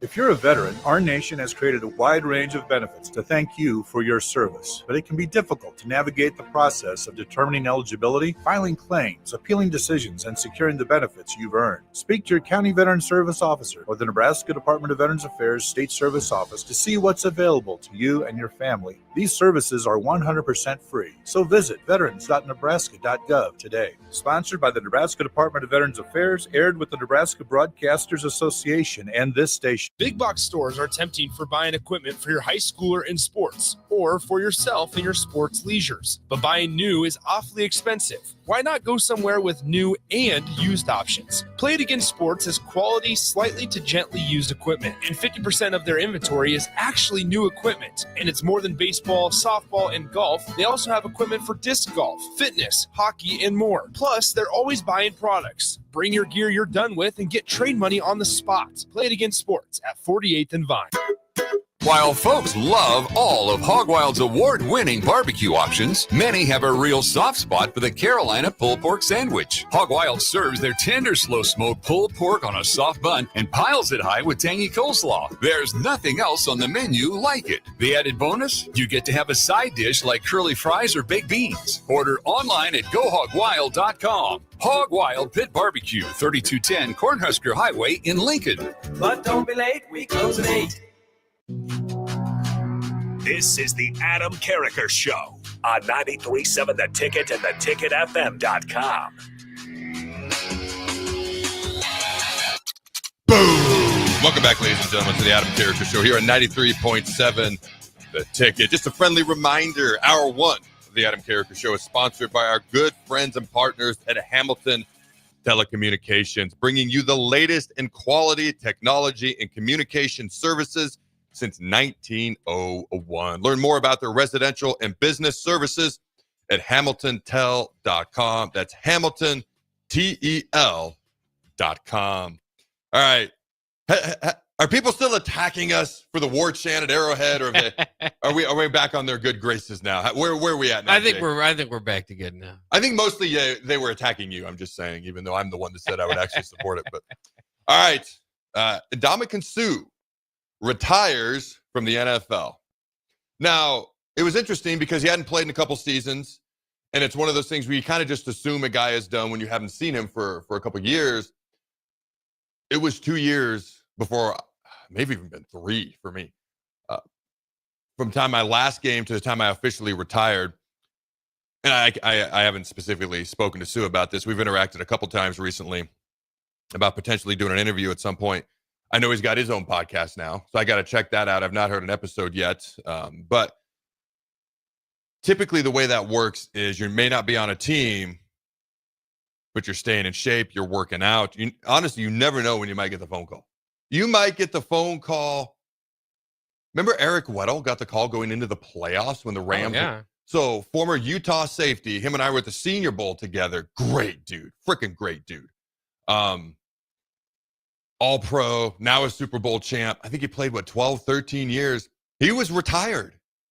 And the year the Rams won the Super Bowl, after the Jared Goff, Matthew Stafford trade, they had Matthew Stafford the first year there. Going into the playoffs, they had a bunch of injuries in their secondary. They caught Eric Weddle going into the playoffs. Said, would you mind coming out of retirement? No, you haven't played in a year or two. We need you for the playoff run. And he started every game all the way into the Super Bowl. Now, that's one of the most unique circumstances I've ever heard. But you kind of stay in shape if you're a guy trying to come back, get ready to play. You never know when the phone call might happen. It could be August. It could be January. Not typically right before the playoffs. It could be March, April, OTAs, whatever the case may be, after the draft. Sometimes after free agents are typically done being signed as an overall whole. And so you never know what's going to happen. For me, I had to spend a year and a half coming back from injury. Then I waited about a year and a half before I said, nobody wants me. So I guess I'm done. Not many people get a say when they're done. Not many people get to say, I'm done. Most people are told they're done. I would say 19 out of 25, but I would actually say 29 out of 30 people, like 97.5% of people are told they're done. But Sue retired, obviously one of the best defensive linemen to play recently in the NFL, one of the best defensive linemen to play in the history of college football. Let's be real, one of the best defenders to play in the history of college football. I know we got to go to break quick, and I'm going to dive a little bit more into this and talk about him and give him his just due for what is a legendary career. You know, I had some interactions with Suh. Obviously, he was a pup when I was a junior and senior, and things of that nature. I can share some of those after the break. But real quick, before we do go to break, what was your reaction? What were your thoughts when you heard Suh was retiring? Well, it's kind of along the similar lines of, like, you know, he hasn't been playing the last couple of years, so I knew it was probably around the corner. But it, you know, there's lots of different thoughts because there's a lot of different questions with him over the years. You know, one, is he a Hall of Famer? Is he a first ballot Hall of Famer? You know, those type of discussions when a player like this retires. And then, you know, you just kind of go back and start to think about his college career at Nebraska, and what's gonna, you know, was he? You start to get, was he the best player you've ever seen defensively, or, you know, just on the field? So it brings back all those type of questions, and we'll see. It's just fun to talk about. But the other thing too is, you know, who's kind of the most notable former Nebraska player in the big leagues at any level now? Because I think Suh was probably that guy, even though he hadn't played the last couple seasons. Yeah, I think, well, first of all, I'm going to ask the fans an utterly and completely loaded question. Okay, all props to Mark Ingram, but let us know on the text line. What's the number, Jake? 402-464-5685. Should Suh have won the Heisman? Let us know. And I'm well aware that that's a loaded question. But let's see what people have to say. You know, in fact, we'll gather the intel, in other words, receive the text, and I'll share some stuff after the break in hour 2. Don't go anywhere. We'll be right back. When opportunity knocks, you don't want to miss the call. Hamilton Business Technologies makes communication easy and efficient using customized technology, all while putting people first. Whether you're working from the office, at home, or on the go, Hamilton Business Technologies equips your business with the right tools for smooth, professional call handling. Hamilton Business Technologies. Real people, real technology solutions. Learn more at hamiltonisbusiness.com. Are kids better off in an intact family? You bet they are. This is Joe Cordell of the domestic litigation firm Cordell & Cordell. Kids living in a household with married parents do better in school, they're emotionally healthier, and they're more likely to stay out of trouble with the law. If you're in a troubled marriage, of course you should do everything you can to save your marriage, if only for your kids' sake. This includes considering alternatives to divorce. Of course, in some circumstances, divorce is unavoidable. In either case, if you're a man facing a crisis in your marriage, let us help you at Cordell & Cordell. Remember, we're the partner men can count on. The attorneys at Cordell & Cordell work to help men maximize their role in their children's lives. Contact the domestic litigation firm of Cordell & Cordell to schedule an appointment with one of our firm's Lincoln area attorneys, a partner men can count on. Online at CordellCordell.com. That's CordellCordell.com. Office in downtown Lincoln, Cordell & Cordell, 1221 N Street, Suite 801, Lincoln, Nebraska, 68508. This is Lincoln's home for sports talk on the FM dial. Also online at theticketfm.com. On the internet. KNTK FM Firth, 93.7 The Ticket. Are you looking for a place to relax and unwind after a long week? Grotto Bar and Lounge is the perfect spot to enjoy a full menu and in-house DJs on Friday and Saturday nights. If you're wanting to start your Saturday or Sunday off the right way, stop by for brunch starting at 9 a.m. Don't forget, Grotto offers a full catering service as well for those graduation parties, birthday celebrations, and weekend family get-togethers. Give Grotto Bar and Lounge a call today at 402-261-3019 or visit them in person at 70th and A in the Clock Tower Shopping Center. Get rid of pesky critters once and for all with Bats to Rats. Their expert team is here to help you reclaim your home. No more sleepless nights caused by crawling critters or flapping wings. Bats to Rats ensures a safe environment for every family member. Check the website at batstoRats.com for amazing offers. And if you mention this ad, you'll receive $10 off your initial inspection cost. Call Bats to Rats today at 402-781-8691. That's 402-781-8691. Bats to Rats. Hey there, this is Paul Scheel, owner of High Electric. I want to thank our friends and loyal customers and introduce High Electric to those looking for a new electrician. We've been serving the Lincoln and Omaha area for over 30 years, from design to install, upgrades, and repair. If you are a homeowner or a small business needing some electrical work, call us at 402-466-6606 or check us out at hyelectric.com. We look forward to hearing from you. Saturday. Eagle Raceway is open for a full season of dirt track racing action every Saturday night.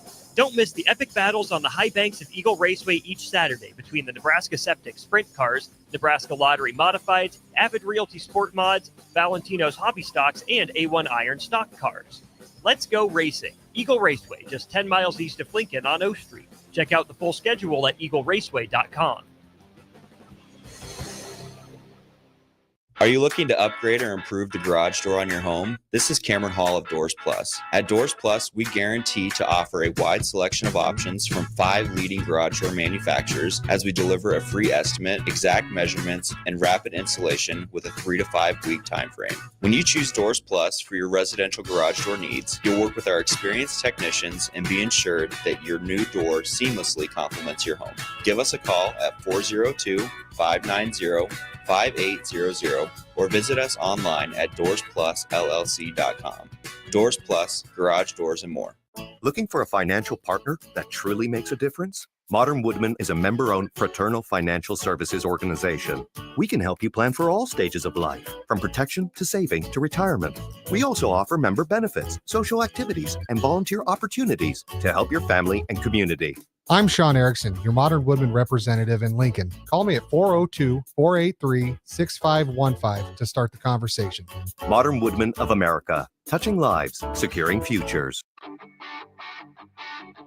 Gaina Trucking is hiring CDL Class A and B drivers. Their strong team culture makes it not a job, but a career.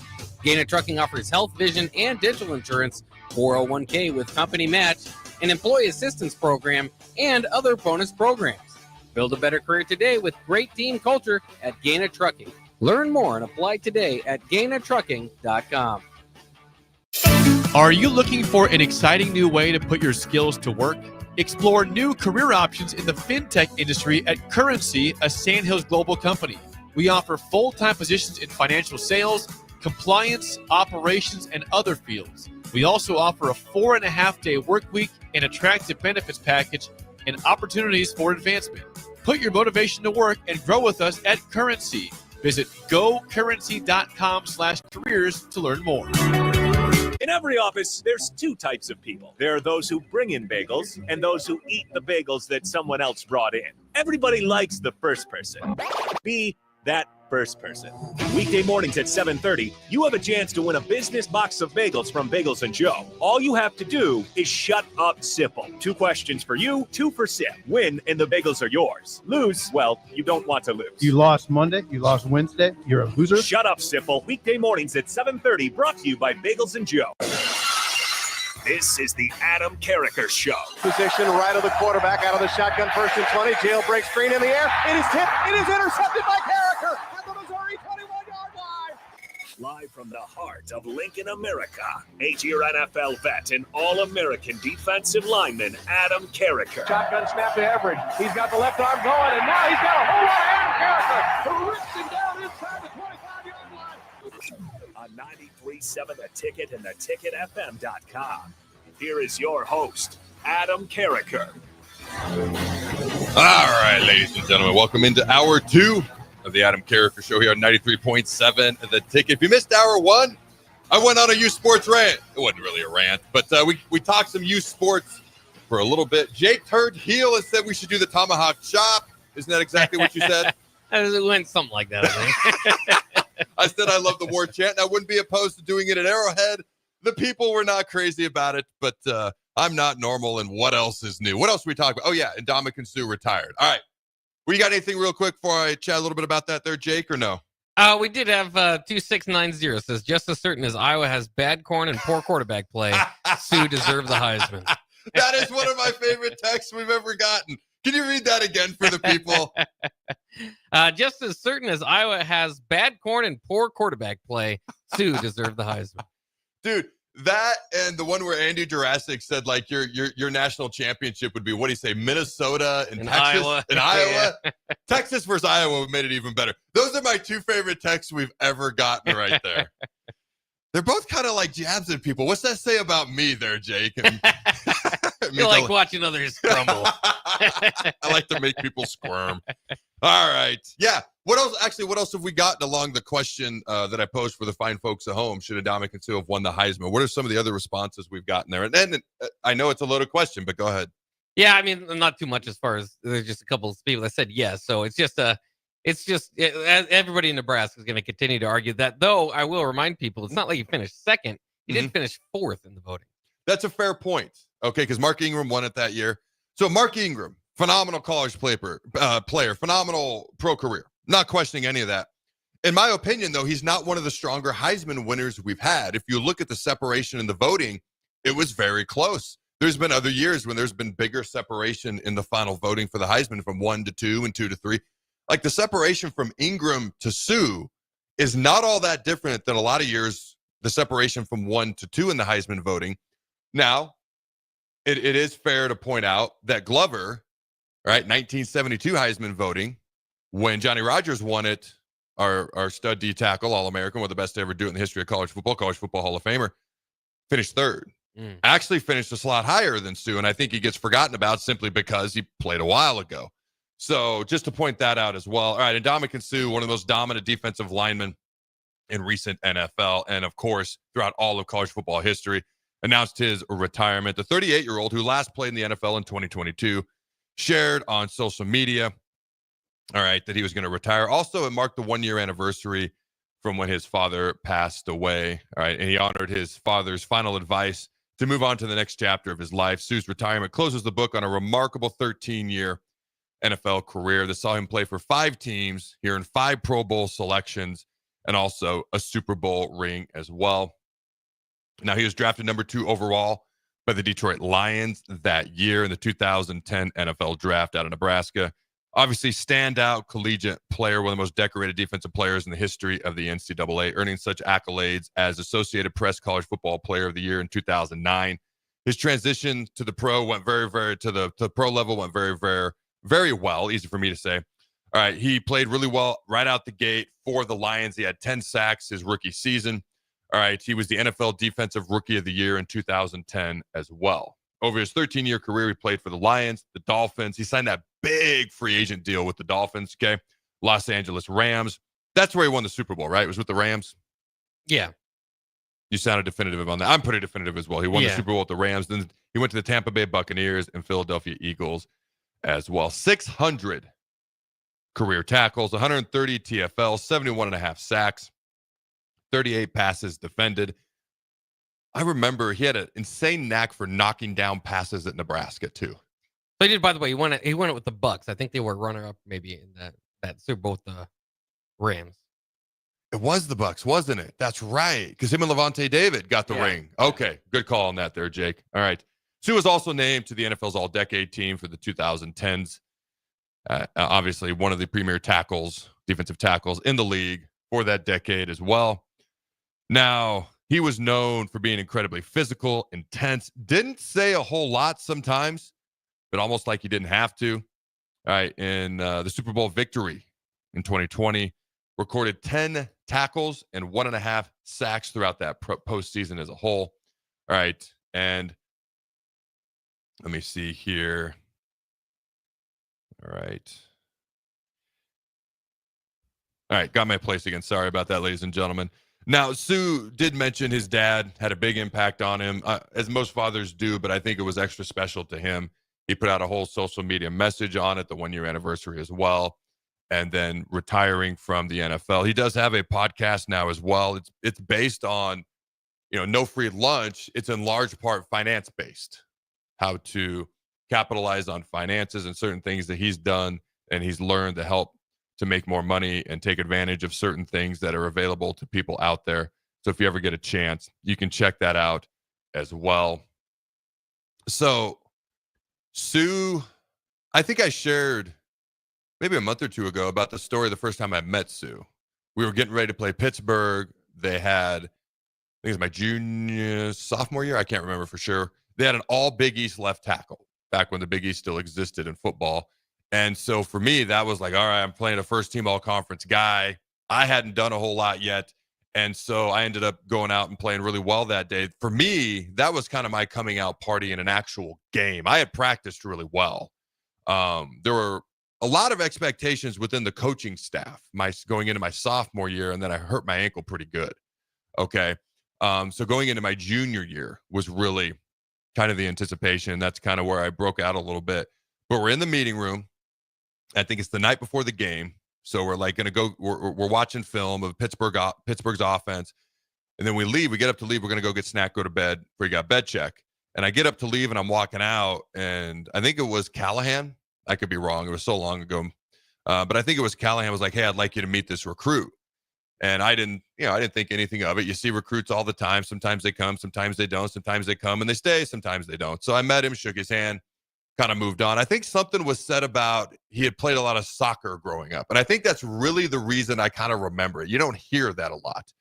So Suh comes, and I remember as a true freshman and redshirt freshman, you could see a couple of things. You could see he had very uncommon strength, inordinate amount of strength. You could see he was very talented. Again, didn't say a lot, but he was one of those guys that when you come in, especially in the trenches, upperclassmen, like if you're a D lineman or if you're an offensive lineman, upperclassmen on the opposite side of the ball that you're banging and clanging with every day. Like if you're an O lineman, upperclassman, D lineman, typically you're going to test you a little bit. And if you're a D lineman like Suh was or I was, the upperclassmen, O linemen are absolutely going to test you. They're not all sweethearts, ladies and gentlemen, but that's part of the gig. It was pretty quickly recognized that you didn't really mess with Suh. It wasn't a situation where it was like Richie, like if you mess with Richie, you're going to fight immediately and he's going to fight everybody anytime, anywhere, all day, every day. But it was a situation where like you're not going to mess with him. You could just tell. And I remember thinking, I'm kind of glad he's on this side of the ball, but he was redshirting or he was in a redshirt season, so he wasn't playing a ton. I was focused on, playing down in and down out, doing the best that I could do. I do remember there was some Oklahoma drills, one-on-one, one defender, one offensive lineman, and you see who's going to knock the other one back. And I remember thinking there was some offensive linemen who had some rough days in that Oklahoma drill. Now, admittedly, when he was younger, he wasn't quite as motivated yet. There was times he got in trouble for not going as hard. In fact, if you remember his sophomore year, there was some games where it was right before Pelini came, I believe. I don't think he was entirely bought into Callahan and what they were doing. And there were some games where he started as a sophomore. You could see there was more being left on the table. He had more and it wasn't quite coming out yet. And it was really when Pelini came in. And Pelini lit a fire. And Pelini, if you talk to like Halu and Kenny Bell and Suh, Pelini had a standard. He had a standard and he was demanding and you were going to meet it or you weren't going to be on the field. And I think that brought the best out of Suh. And then his junior season happened and you could see this dude has first round talent written all over him. He decided to come back his senior season and had one of the most dominant senior seasons you've ever seen. In the history of college football, purely offense. It doesn't matter, offense, defense, quarterback, defensive line, what position you played. One of the most dominant senior seasons ever. And it's kind of one of those things where I talk about from the neck up. That talent was there from the beginning. I wonder if Bo Pelini doesn't become the head coach and he doesn't get that out of Suh. Maybe somebody else does. Obviously, it can happen. But if Bo doesn't come or if somebody doesn't get that out of Suh, he's obviously a great player and he was going to do great things, but would it have been to the level that he was at? And I do remember my senior year doing the Oklahoma drill. So there would be times when you could see on the chart who you were going to go against that day. And then usually at the end, a coach would hop in the middle and they just start making random matchups. And you had no idea if you were going to go in. And if you were going in, you had no idea who you were going to go against. And I remember there was a couple of times I'll keep names out of this. There was a couple of tight ends who weren't blocking the best. Coaches weren't thrilled with their blocking and they would pair them against me.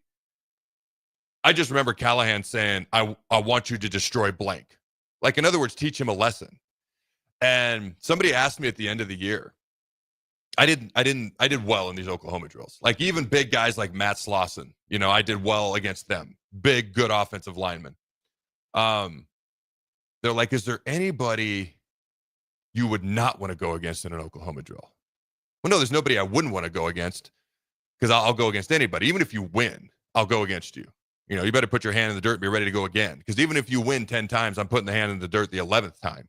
Sometimes people just get tired of winning, and then you start to beat them because they just aren't willing to keep going.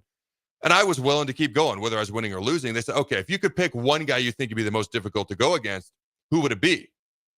Now, you got to keep in mind, I was about 3 years older than Sue, and I paused. And defensive guys don't go against defensive guys, just like offensive guys don't typically go against offensive guys. Maybe in your individual drills, but not in the big Oklahoma drill. And I paused, and I was like, Sue. And they looked at me, and they're like, Sue? He's like a freshman tackle. I was like, yeah, Sue. And I remember, somebody else might feel differently, I felt like I was the strongest guy on the team my senior year. And I remember thinking, he's right there. Like, he's in my opinion, he was definitely number 2, which was crazy considering how much younger he was than me. So it was kind of cool to see, my rookie year was, I believe, his sophomore year. And you just kind of watched, you could see there was more to his game. And then Pelini comes in, and then you just saw the rocket ship take off. And then you watch him in the NFL. Not everybody transitions to the NFL the best. How's he going to do? He goes out and he gets 10 sacks his rookie year. I do remember this, and obviously Sue had a great career. Nobody's questioned that. Barry Cofield signed with us.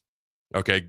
I think it was my second year in DC, would have been Sue's second year in the league. So about my 6th or 7th year in the league, his second or whatever it was.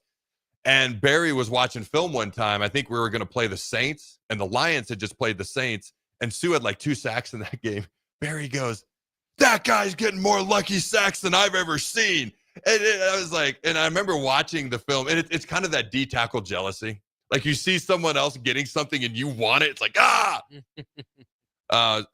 will say this. It's amazing how some people tend to just fall into things sometimes because good players just tend to be in the right place at the right time so often. And it's funny how that works out. You know what I mean?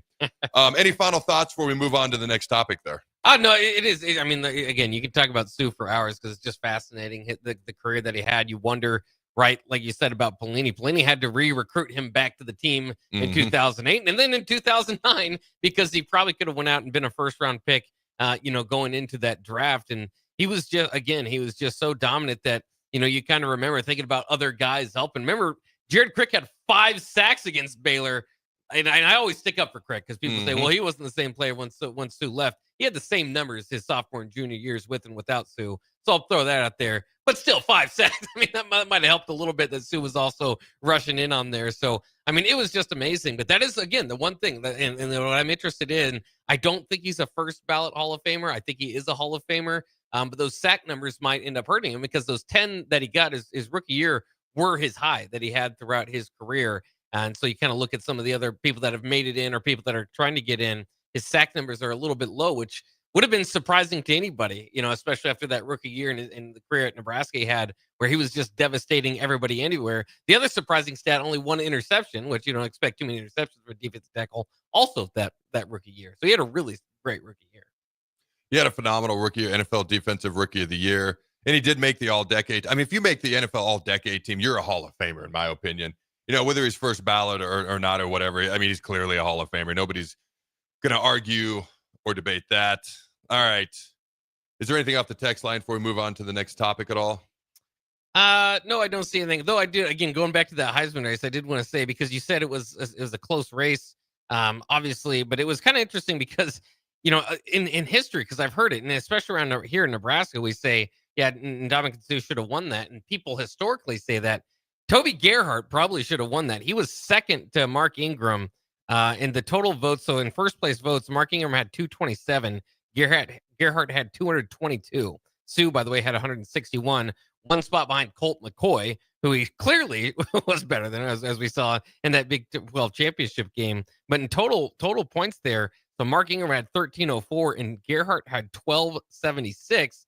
This despite Ingram, of course, playing at Alabama. There's a little bit of a there's a lot of good players around there. Had 1,658 yards and 1,658 yards and 17 touchdowns. Gerhart had 1,871 yards and 28 touchdowns. I think Gerhart has a pretty good argument for that Heisman too. I have no problem if Gerhart would have won it. I still think Sue should have won it. The most dominant defensive season I've seen someone have. Yeah. But that's neither here nor there. I remember it being one of the closest races ever. And Ingram, hey, no problem. Heisman Trophy winner, great NFL career as well, won a national title at Bama. Hey, nothing but love. For me, I think if you take Ingram off of Bama, how big is the difference versus if you take Suh off of Nebraska, how big is the difference? And it's not an MVP. It's the most outstanding player. How is he not the most outstanding player? I mean, I'm just saying, like, he stood out a lot to me and every college football fan out there. That's pretty outstanding if you stand out that much. But I will go back to Jared Crick because he does get overshadowed. He had 20 career sacks here in Nebraska. And he missed the majority of his senior season because of an injury. Imagine had he played his senior season. Yes, he played next to Suh, but to your point, he had a great junior season after Suh was gone. I like to give him crap, though.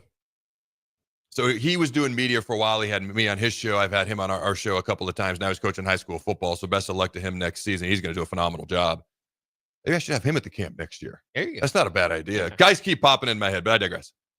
I like to give him a hard time, though, because he had 20 career sacks at Nebraska. I had 20 and a half.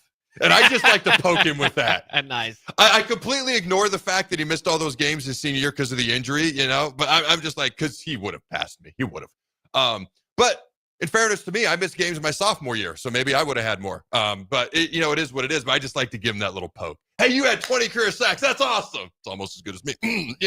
But he laughs and he laughs it off, and we have a good time. He's a good dude. That's interesting too, because Barry Turner is also a top 10, number 10, but 10th in career sacks. So they had 3 on that defensive line. I guess I didn't realize that. Dude, that 09 defense. Are you freaking kidding me? Are you kidding me? 1 second. 1 frickin' second. All right. Let me see here. You want to talk about Matt Rhule's year 3 jump, or do you want to talk about yet again, people think we have the easiest schedule in the Big Ten. What do you want to talk about next? Let's go with the easiest schedule. I'm interested in how people perceive that. Phil Steele ranks Nebraska's schedule in the Big Ten Conference. Nebraska Cornhuskers have the easiest schedule in the Big Ten Conference, according to the college football analyst Phil Steele. Okay, and I can go through and I can read all of this and read it out loud, but here's essentially what it is. No Oregon, no Ohio State. There is Penn State. Okay, there is Michigan. We don't expect this to be a typical Michigan team. So when you talk about the 3 big dogs, and Michigan's a big dog, they're not one of the favorites to win a national title. I mean, they're in the conversation. They're top 20. But if you narrow it down to top 10 or less, the 3 big dogs are Penn State, Oregon, Ohio State coming into the season. We'll see what happens. Michigan, they surprised me when they beat Bama and Ohio State last year.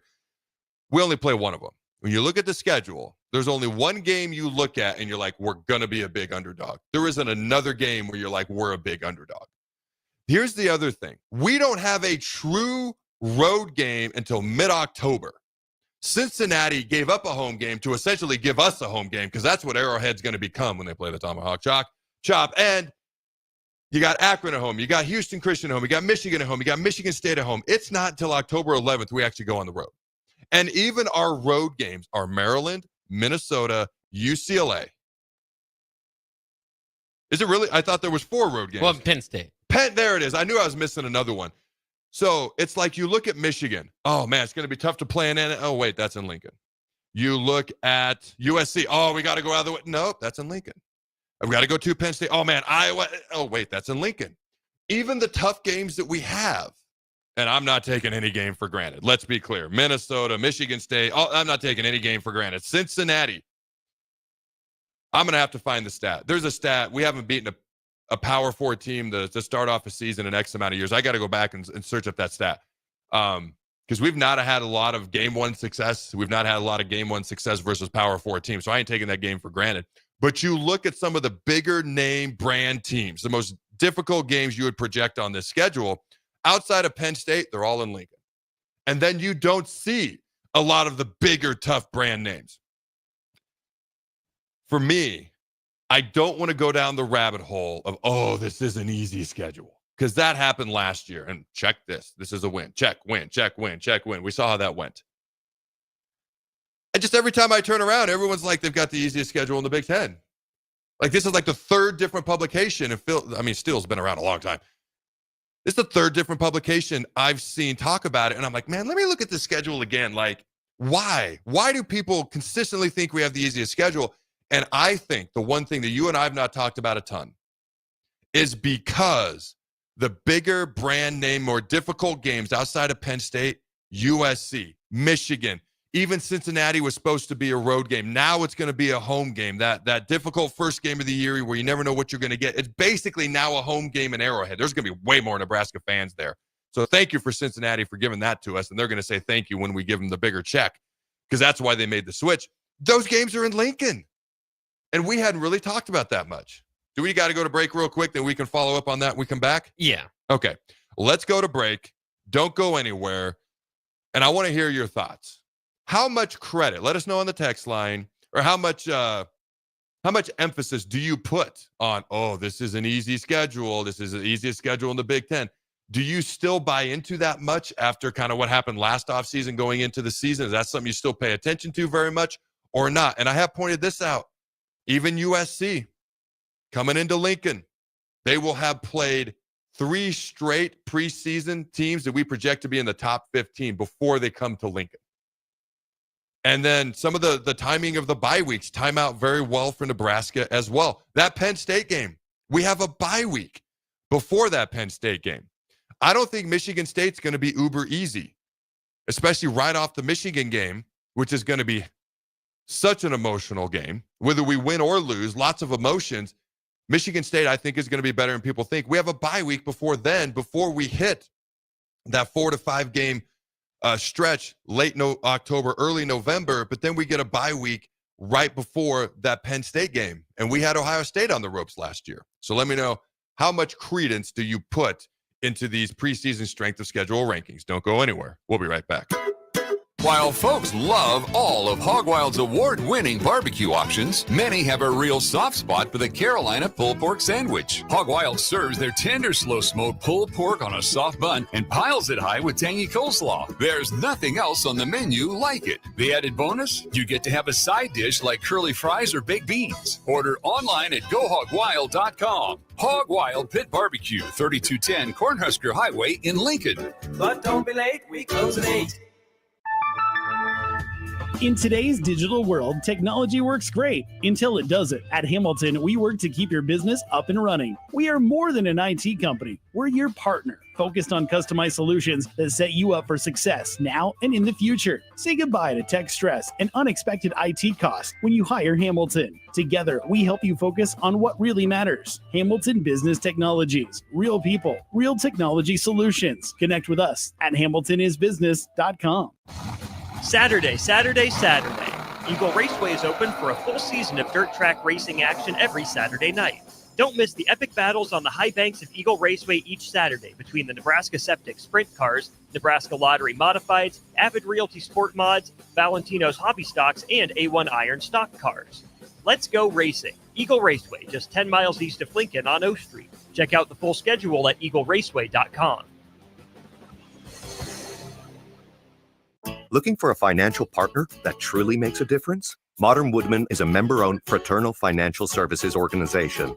We can help you plan for all stages of life, from protection to saving to retirement. We also offer member benefits, social activities, and volunteer opportunities to help your family and community. I'm Sean Erickson, your Modern Woodman representative in Lincoln. Call me at 402-483-6515 to start the conversation. Modern Woodman of America, touching lives, securing futures. Attorney CPA Joe Cordell. Hopefully you and I agree that you should do everything you can to save your marriage. Divorce is hard, expensive, and its outcome is usually not all you hope for. However, when doing everything has failed, when divorce remains as your last option, consider Cordell & Cordell as your first choice to help you through the divorce process to a better place on the other side. We've been a partner men can count on for more than 30 years. Let us be that partner for you. The attorneys at Cordell & Cordell work to help men maximize their role in their children's lives. Schedule an appointment with one of Cordell & Cordell's Lincoln area attorneys, a partner men can count on. 402-858-3220. That's 402-858-3220. Online at CordellCordell.com. That's CordellCordell.com. Office in downtown Lincoln. 1221 N Street, Suite 801, Lincoln, Nebraska 68508. Big box stores are tempting for buying equipment for your high schooler in sports or for yourself in your sports leisures. But buying new is awfully expensive. Why not go somewhere with new and used options? Play It Again Sports has quality, slightly to gently used equipment, and 50% of their inventory is actually new equipment. And it's more than baseball, softball, and golf. They also have equipment for disc golf, fitness, hockey, and more. Plus, they're always buying products. Bring your gear you're done with and get trade money on the spot. Play It Again Sports at 48th and Vine. Are you looking to upgrade or improve the garage door on your home? This is Cameron Hall of Doors Plus. At Doors Plus, we guarantee to offer a wide selection of options from 5 leading garage door manufacturers as we deliver a free estimate, exact measurements, and rapid installation with a 3 to 5 week time frame. When you choose Doors Plus for your residential garage door needs, you'll work with our experienced technicians and be ensured that your new door seamlessly complements your home. Give us a call at 402-590-5800 or visit us online at doorsplusllc.com. Doors Plus, garage doors and more. Rico here with HIS Auto Care at 70th and Van Dorn, letting you know HIS is a great place to bring your vehicle for service. With superior service bumper to bumper, we'll treat your vehicle like it's your mother's. Doesn't get any better than that. So call 402-488-8934 and HIS Auto will make you glad you did. 5% off, mention this ad, and for sure your mother will be proud you called. 402-488-8934, HIS Auto Care, 70th and Van Dorn. God bless you. If you're a veteran, our nation has created a wide range of benefits to thank you for your service. But it can be difficult to navigate the process of determining eligibility, filing claims, appealing decisions, and securing the benefits you've earned. Speak to your county veteran service officer or the Nebraska Department of Veterans Affairs State Service Office to see what's available to you and your family. These services are 100% free. So visit veterans.nebraska.gov today. Sponsored by the Nebraska Department of Veterans Affairs, aired with the Nebraska Broadcasters Association and this station. Empower a child today with the Teammates Mentoring Program. Hope is only a conversation away when you choose to share your talent, time, and heart with a child. Together, you can build a relationship based on strengths and chart a brighter future, 1 week at a time. Find out how you can be a mentor by visiting lincolnteammates.org. Become what you needed as a kid by joining the Teammates Mentoring Program today.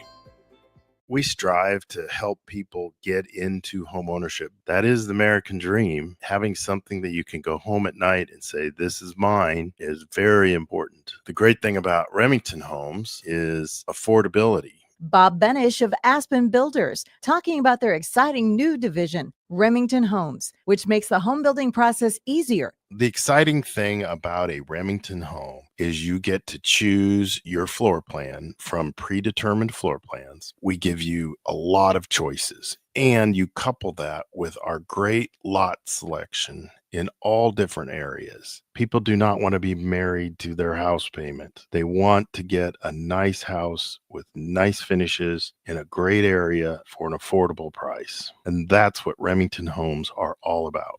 Home building is easier with a Remington home from Aspen Builders at 423-6811. Online at remingtonlincoln.com. remingtonlincoln.com. This is the Adam Carriker Show on 93.7 The Ticket and theticketfm.com. Welcome back, ladies and gentlemen, to Hour 2 of the Adam Carriker Show here on 93.7 The Ticket. As I mentioned, it's the noon hour, and that means it's lunchtime. The lunch hour of Adam Carriker on The Ticket is sponsored by our good friends at Mulberry Barbecue, now with 2 numero dos locations at 11th and Cornhusker and at 61st and Apples Way, right off of Highway 2 by Lowe's. Both locations are open Monday through Saturday from 11 a.m. to 8 p.m. Try their burn-in sandwich, a brisket burrito, barbecue nachos, a full slab of ribs, half-smoked chicken, and much, much more. Plus incredible size. Get fueled for lunch today or make dinner plans at Mulberry Barbecue. Located at 11th and Cornhusker and at 61st and Apples Way, just off of Highway 2 by Lowe's. One more note. We'll have 1 monthly remote at Mulberry Barbecue South location. All right. At South location, our first one will be Friday, July 25th. All right. Also, Hour 2 of the Adam Carriker Show is brought to you by our good friends at Suizo Construction. We were actually on site there about a month ago. It was great to meet all those fine folks. They do a phenomenal job. They are really good at what they do. They also make a huge impact in the community. Okay, where safety isn't just a policy at Suizo Construction, it's a promise.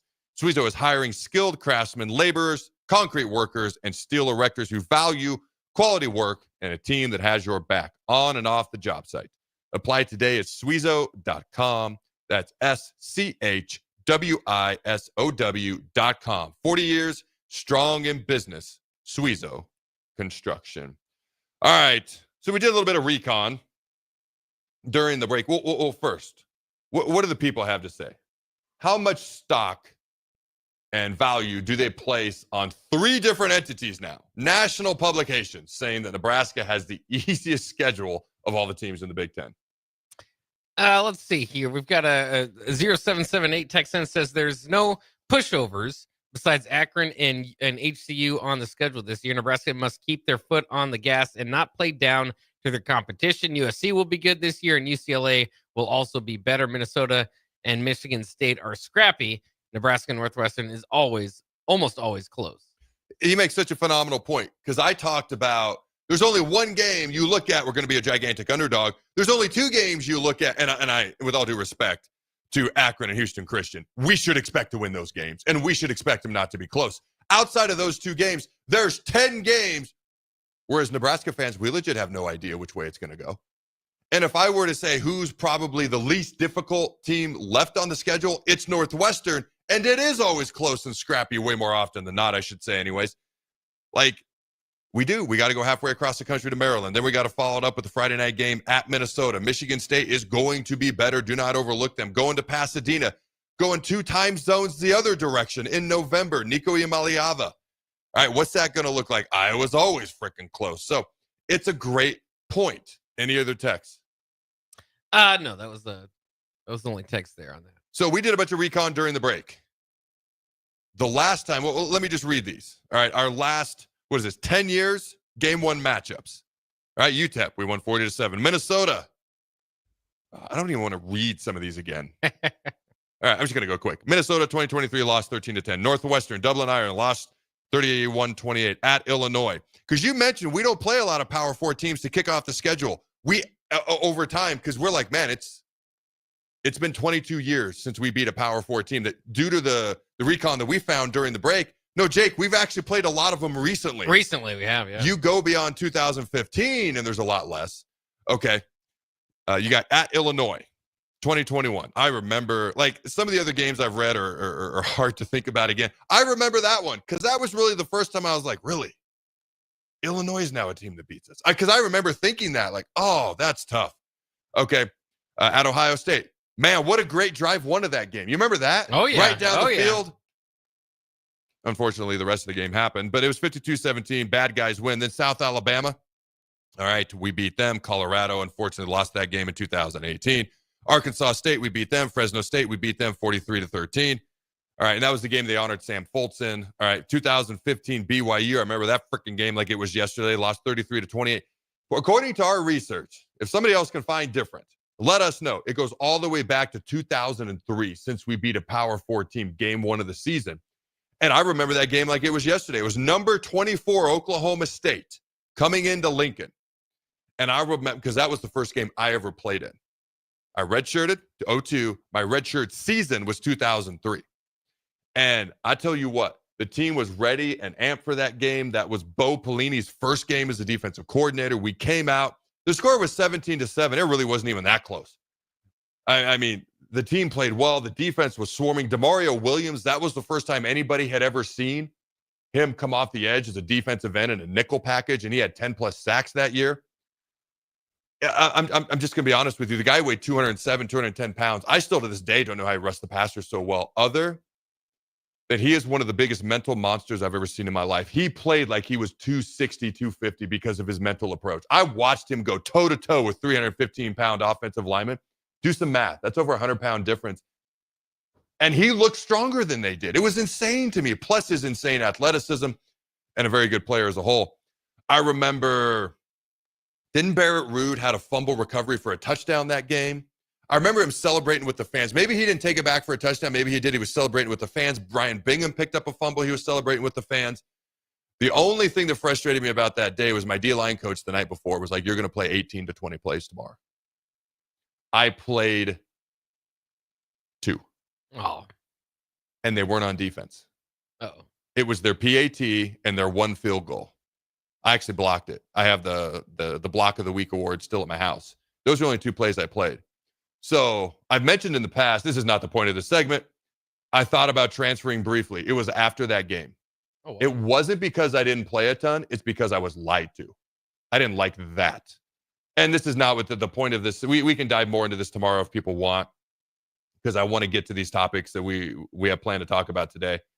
But I was supposed to play 18 to 20 plays, and I played 0 on defense, 2 on special teams, the 2 field goal block attempts that we had, 1 on PAT, 1 was an actual field goal. And yeah, afterwards, I remember my parents were there to watch my first ever game, my lifelong dream coming true, running out on the field, playing for Nebraska, wearing the scarlet and cream. And I was having a hard time, and they were like, man, you're pretty upset. And I was like, yeah. They're like, because you didn't play that much? No. But why are you upset? Because he told me one thing and did something completely different. That bothered me.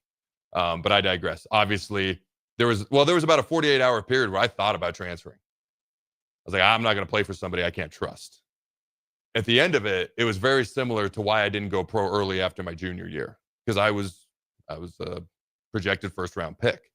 If anybody ever questions my love of Nebraska, I've had a couple people say, hey, man, you're pretty harsh sometimes. No, I'm pretty honest. Well, do you really love Nebraska? Yes, I do. I love it enough to be the bad guy and speak the truth when sometimes it's hard to, and sometimes some people are scared to. I could have gone pro after my junior year, and I came back, and I risked injury and leaving millions on the table to come back. And it obviously worked out all right, but there's the Willis McGahees of the world, and there's what was the Ole Miss quarterback a couple years ago in the Sugar Bowl. You never know what's going to happen. My point is, I stayed at Nebraska despite that I was no longer a fan of that particular coach. I didn't feel I could trust him. He was gone a year later. I didn't know that at the time, because that was my lifelong dream, was to play at Nebraska. So I stayed because of that. That wasn't the point of that whole segment. I went through that quickly. We can dive more into it in depth in another day if you'd like to. But that was a big win over number 24, Oklahoma State, that day.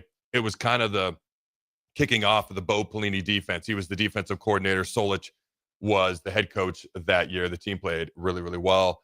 You look at Cincinnati this year. I mean, it's going to be rocking. It's going to be a home game for the Husker fans. Cincinnati, they weren't even a Power 4 team a few years ago. Obviously, they have that magical college football playoff type season, lose to Alabama, but they become technically a Power 4 team. They were 5-7 a year ago. They've got a whole lot of new. They're out to prove some stuff. We absolutely should be favored. It's a game where I look at and I'm like, we should win by double digits, but I would take a 1-point win, because I would just take a win, because we got to get that win in the first game of the season. And you go all the way back to 2003, based on what we could find, is the last time we beat a Power 4 team the first game of the year. And you look at our record over the past 10 years in game ones, we're 2-8. And so we got to get that first win. If we get that first win, we're going to be 3-0 as well. Might as well just throw that out there too, because we should expect to beat Akron and Houston Christian. You got any quick thoughts before we move on to kind of the Matt Rhule year 3 jump talk there, Jake? No, just that at least last year they did get that. I mean, there's nothing more deflating to your football season than starting 0-1. Now, teams can bounce back, and as we know, but that's been something that, we get all this offseason Kool-Aid and get going and hype and excitement, and then you lose that one, and it just brings your excitement for the season down. So if they can do it, I mean, they started 3-0 last year. Let's hope they can do the same thing heading into Michigan. I should note, Steele ranked Nebraska's schedule as the 63rd easiest in the country as well. So just little sidebar note there. All right. There's no way we're going to get all the way through this in the next segment. I want to head to break so we have as much time in that segment as we can to talk about Matt Rhule's year 3 jump and what we can learn from Temple and Baylor. And we'll probably carry the discussion over into the beginning of tomorrow's show as well. But when we come back, we're going to start diving and looking into Matt Rhule's year 3s at Temple and Baylor and what we can take away as Nebraska fans as he heads into his year 3 here with the Huskers. Don't go anywhere. We'll be right back. Are you ready for a new opportunity? Check out Sandhills Global. Join a dynamic team where your skills are valued and your career can soar. We offer full-time positions with a 4.5-day work week, competitive pay, excellent benefits, and a positive work environment. From IT and marketing to sales and finance, we're looking for talented individuals just like you. Apply today at sandhills.jobs and take the first step towards an exciting future. That's sandhills.jobs. Don't wait, apply now.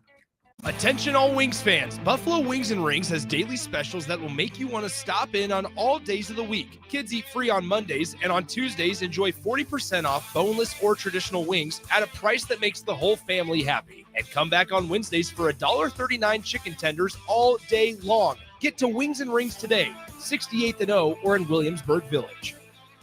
Nebco is hiring CDL drivers for ready-mixed concrete in Lincoln. With 3 plants across the city, there are plenty of opportunities to start or grow your driving career. They offer great pay, medical and retirement benefits, paid time off, and they cover the cost of CDL training. Apply today and receive a $2,500 hiring bonus. Since 1908, it's the employees that have formed the company's solid foundation. Start your career today with ready-mixed concrete. Visit nebcoinc.com. That's nebcoinc.com. Empower a child today with the Teammates Mentoring Program. Hope is only a conversation away when you choose to share your talent, time, and heart with a child. Together, you can build a relationship based on strengths and chart a brighter future, 1 week at a time. Find out how you can be a mentor by visiting lincolnteammates.org. Become what you needed as a kid by joining the Teammates Mentoring Program today. Hey Husker Nation, this is Todd Euler, 2-time national champion, here to talk to you about Window World Lincoln. At Window World, we specialize in replacement windows, doors, siding, and roofing. Whether you're looking to enhance the beauty of your home or increase its energy efficiency, we've got you covered. And here's the best part, we offer the best for less. Our team is dedicated to providing top quality products and exceptional service at affordable prices. We want to earn your business and make your home improvement dreams a reality. So why wait? Contact Window World Lincoln today at 464-7313 or visit our website at windowworldlincoln.com. Window World Lincoln, where quality meets affordability. Saturday. Eagle Raceway is open for a full season of dirt track racing action every Saturday night. Don't miss the epic battles on the high banks of Eagle Raceway each Saturday between the Nebraska Septic Sprint Cars, Nebraska Lottery Modifieds, Avid Realty Sport Mods, Valentino's Hobby Stocks, and A1 Iron Stock Cars. Let's go racing. Eagle Raceway, just 10 miles east of Lincoln on O Street. Check out the full schedule at eagleraceway.com. Are you looking for an exciting new way to put your skills to work? Explore new career options in the fintech industry at Currency, a Sandhills global company. We offer full-time positions in financial sales, compliance, operations, and other fields. We also offer a 4.5-day work week, an attractive benefits package, and opportunities for advancement. Put your motivation to work and grow with us at Currency. Visit gocurrency.com/careers to learn more.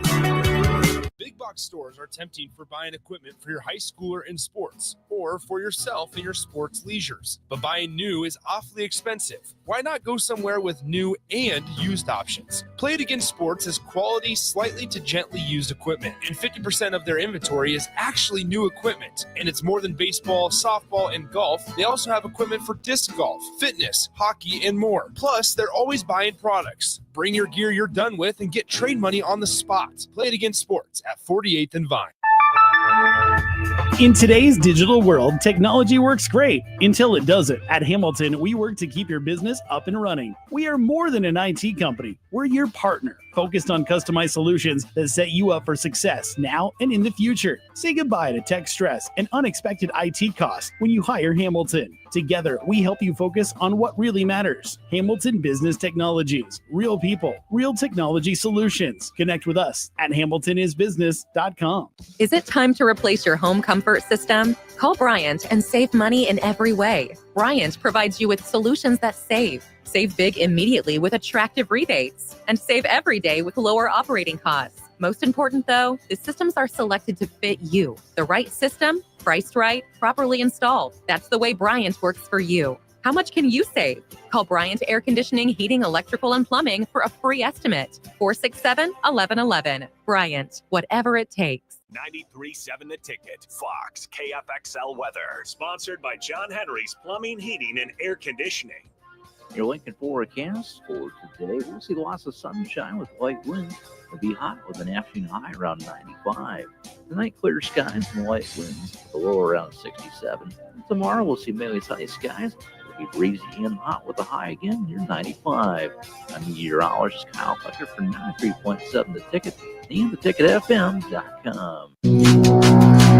This is the Adam Carriker Show on 93.7 The Ticket and theticketfm.com. Boom!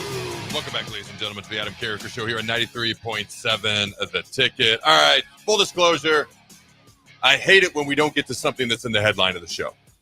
But what we can learn from Matt Rhule's third seasons at Temple and Baylor, we can't even try to do it initial justice with 4 minutes left in this show.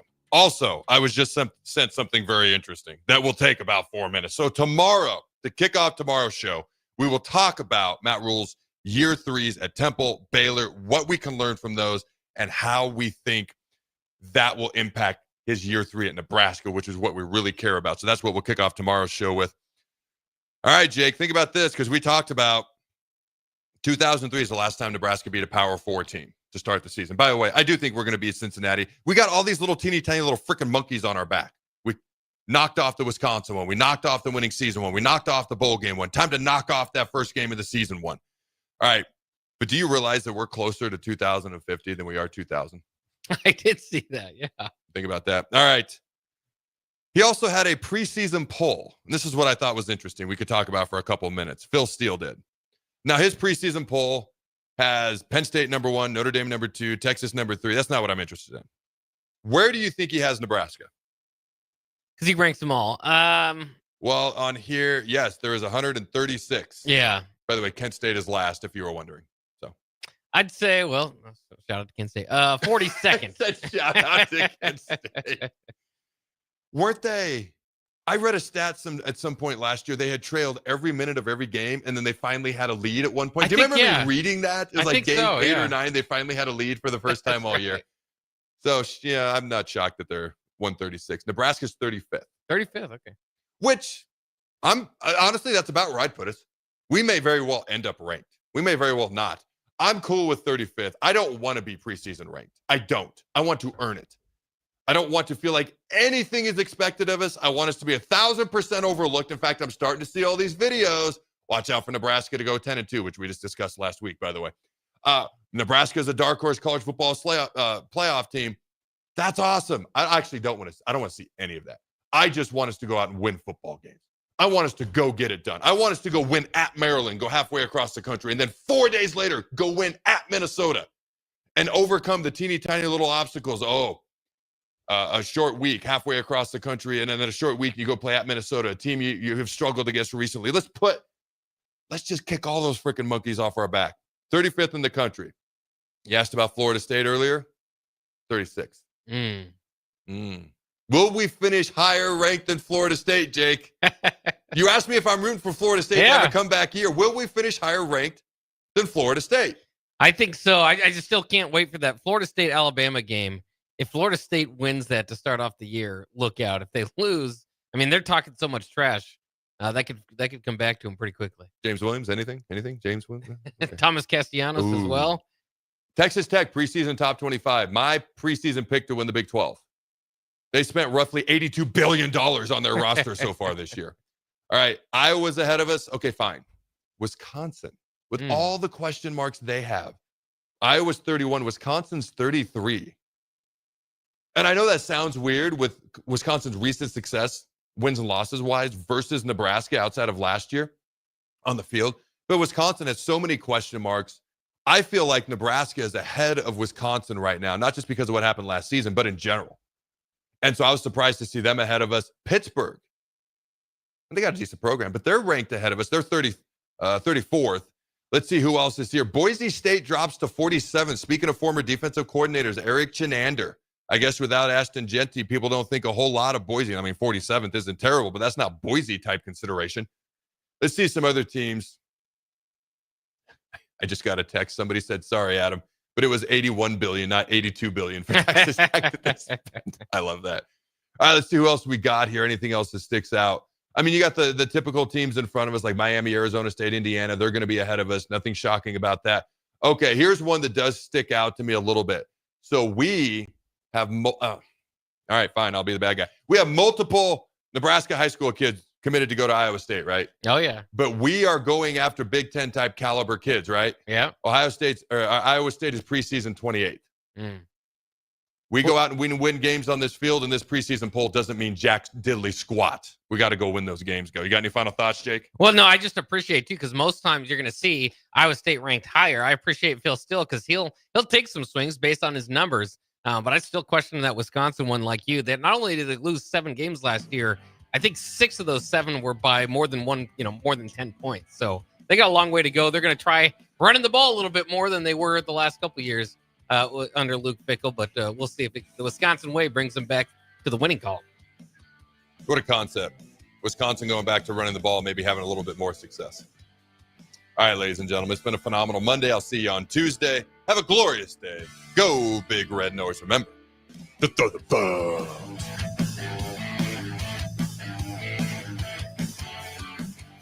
Hi, folks.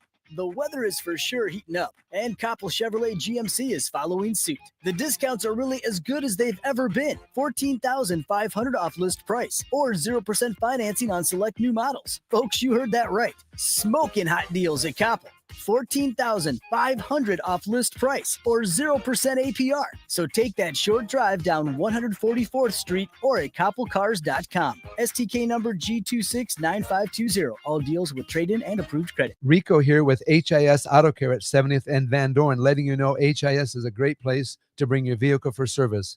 With superior service bumper to bumper, we'll treat your vehicle like it's your mother's. Doesn't get any better than that. So call 402-488-8934 and HIS Auto will make you glad you did. 5% off, mention this ad, and for sure your mother will be proud you called. 402-488-8934, HIS Auto Care, 70th and Van Dorn. God bless you. Are you looking for an exciting new way to put your skills to work? Explore new career options in the fintech industry at Currency, a Sandhills global company. We offer full-time positions in financial sales, compliance, operations, and other fields. We also offer a 4.5-day work week, an attractive benefits package, and opportunities for advancement. Put your motivation to work and grow with us at Currency. Visit gocurrency.com/careers to learn more. Hey, Husker Nation. This is Todd Euler, 2-time national champion.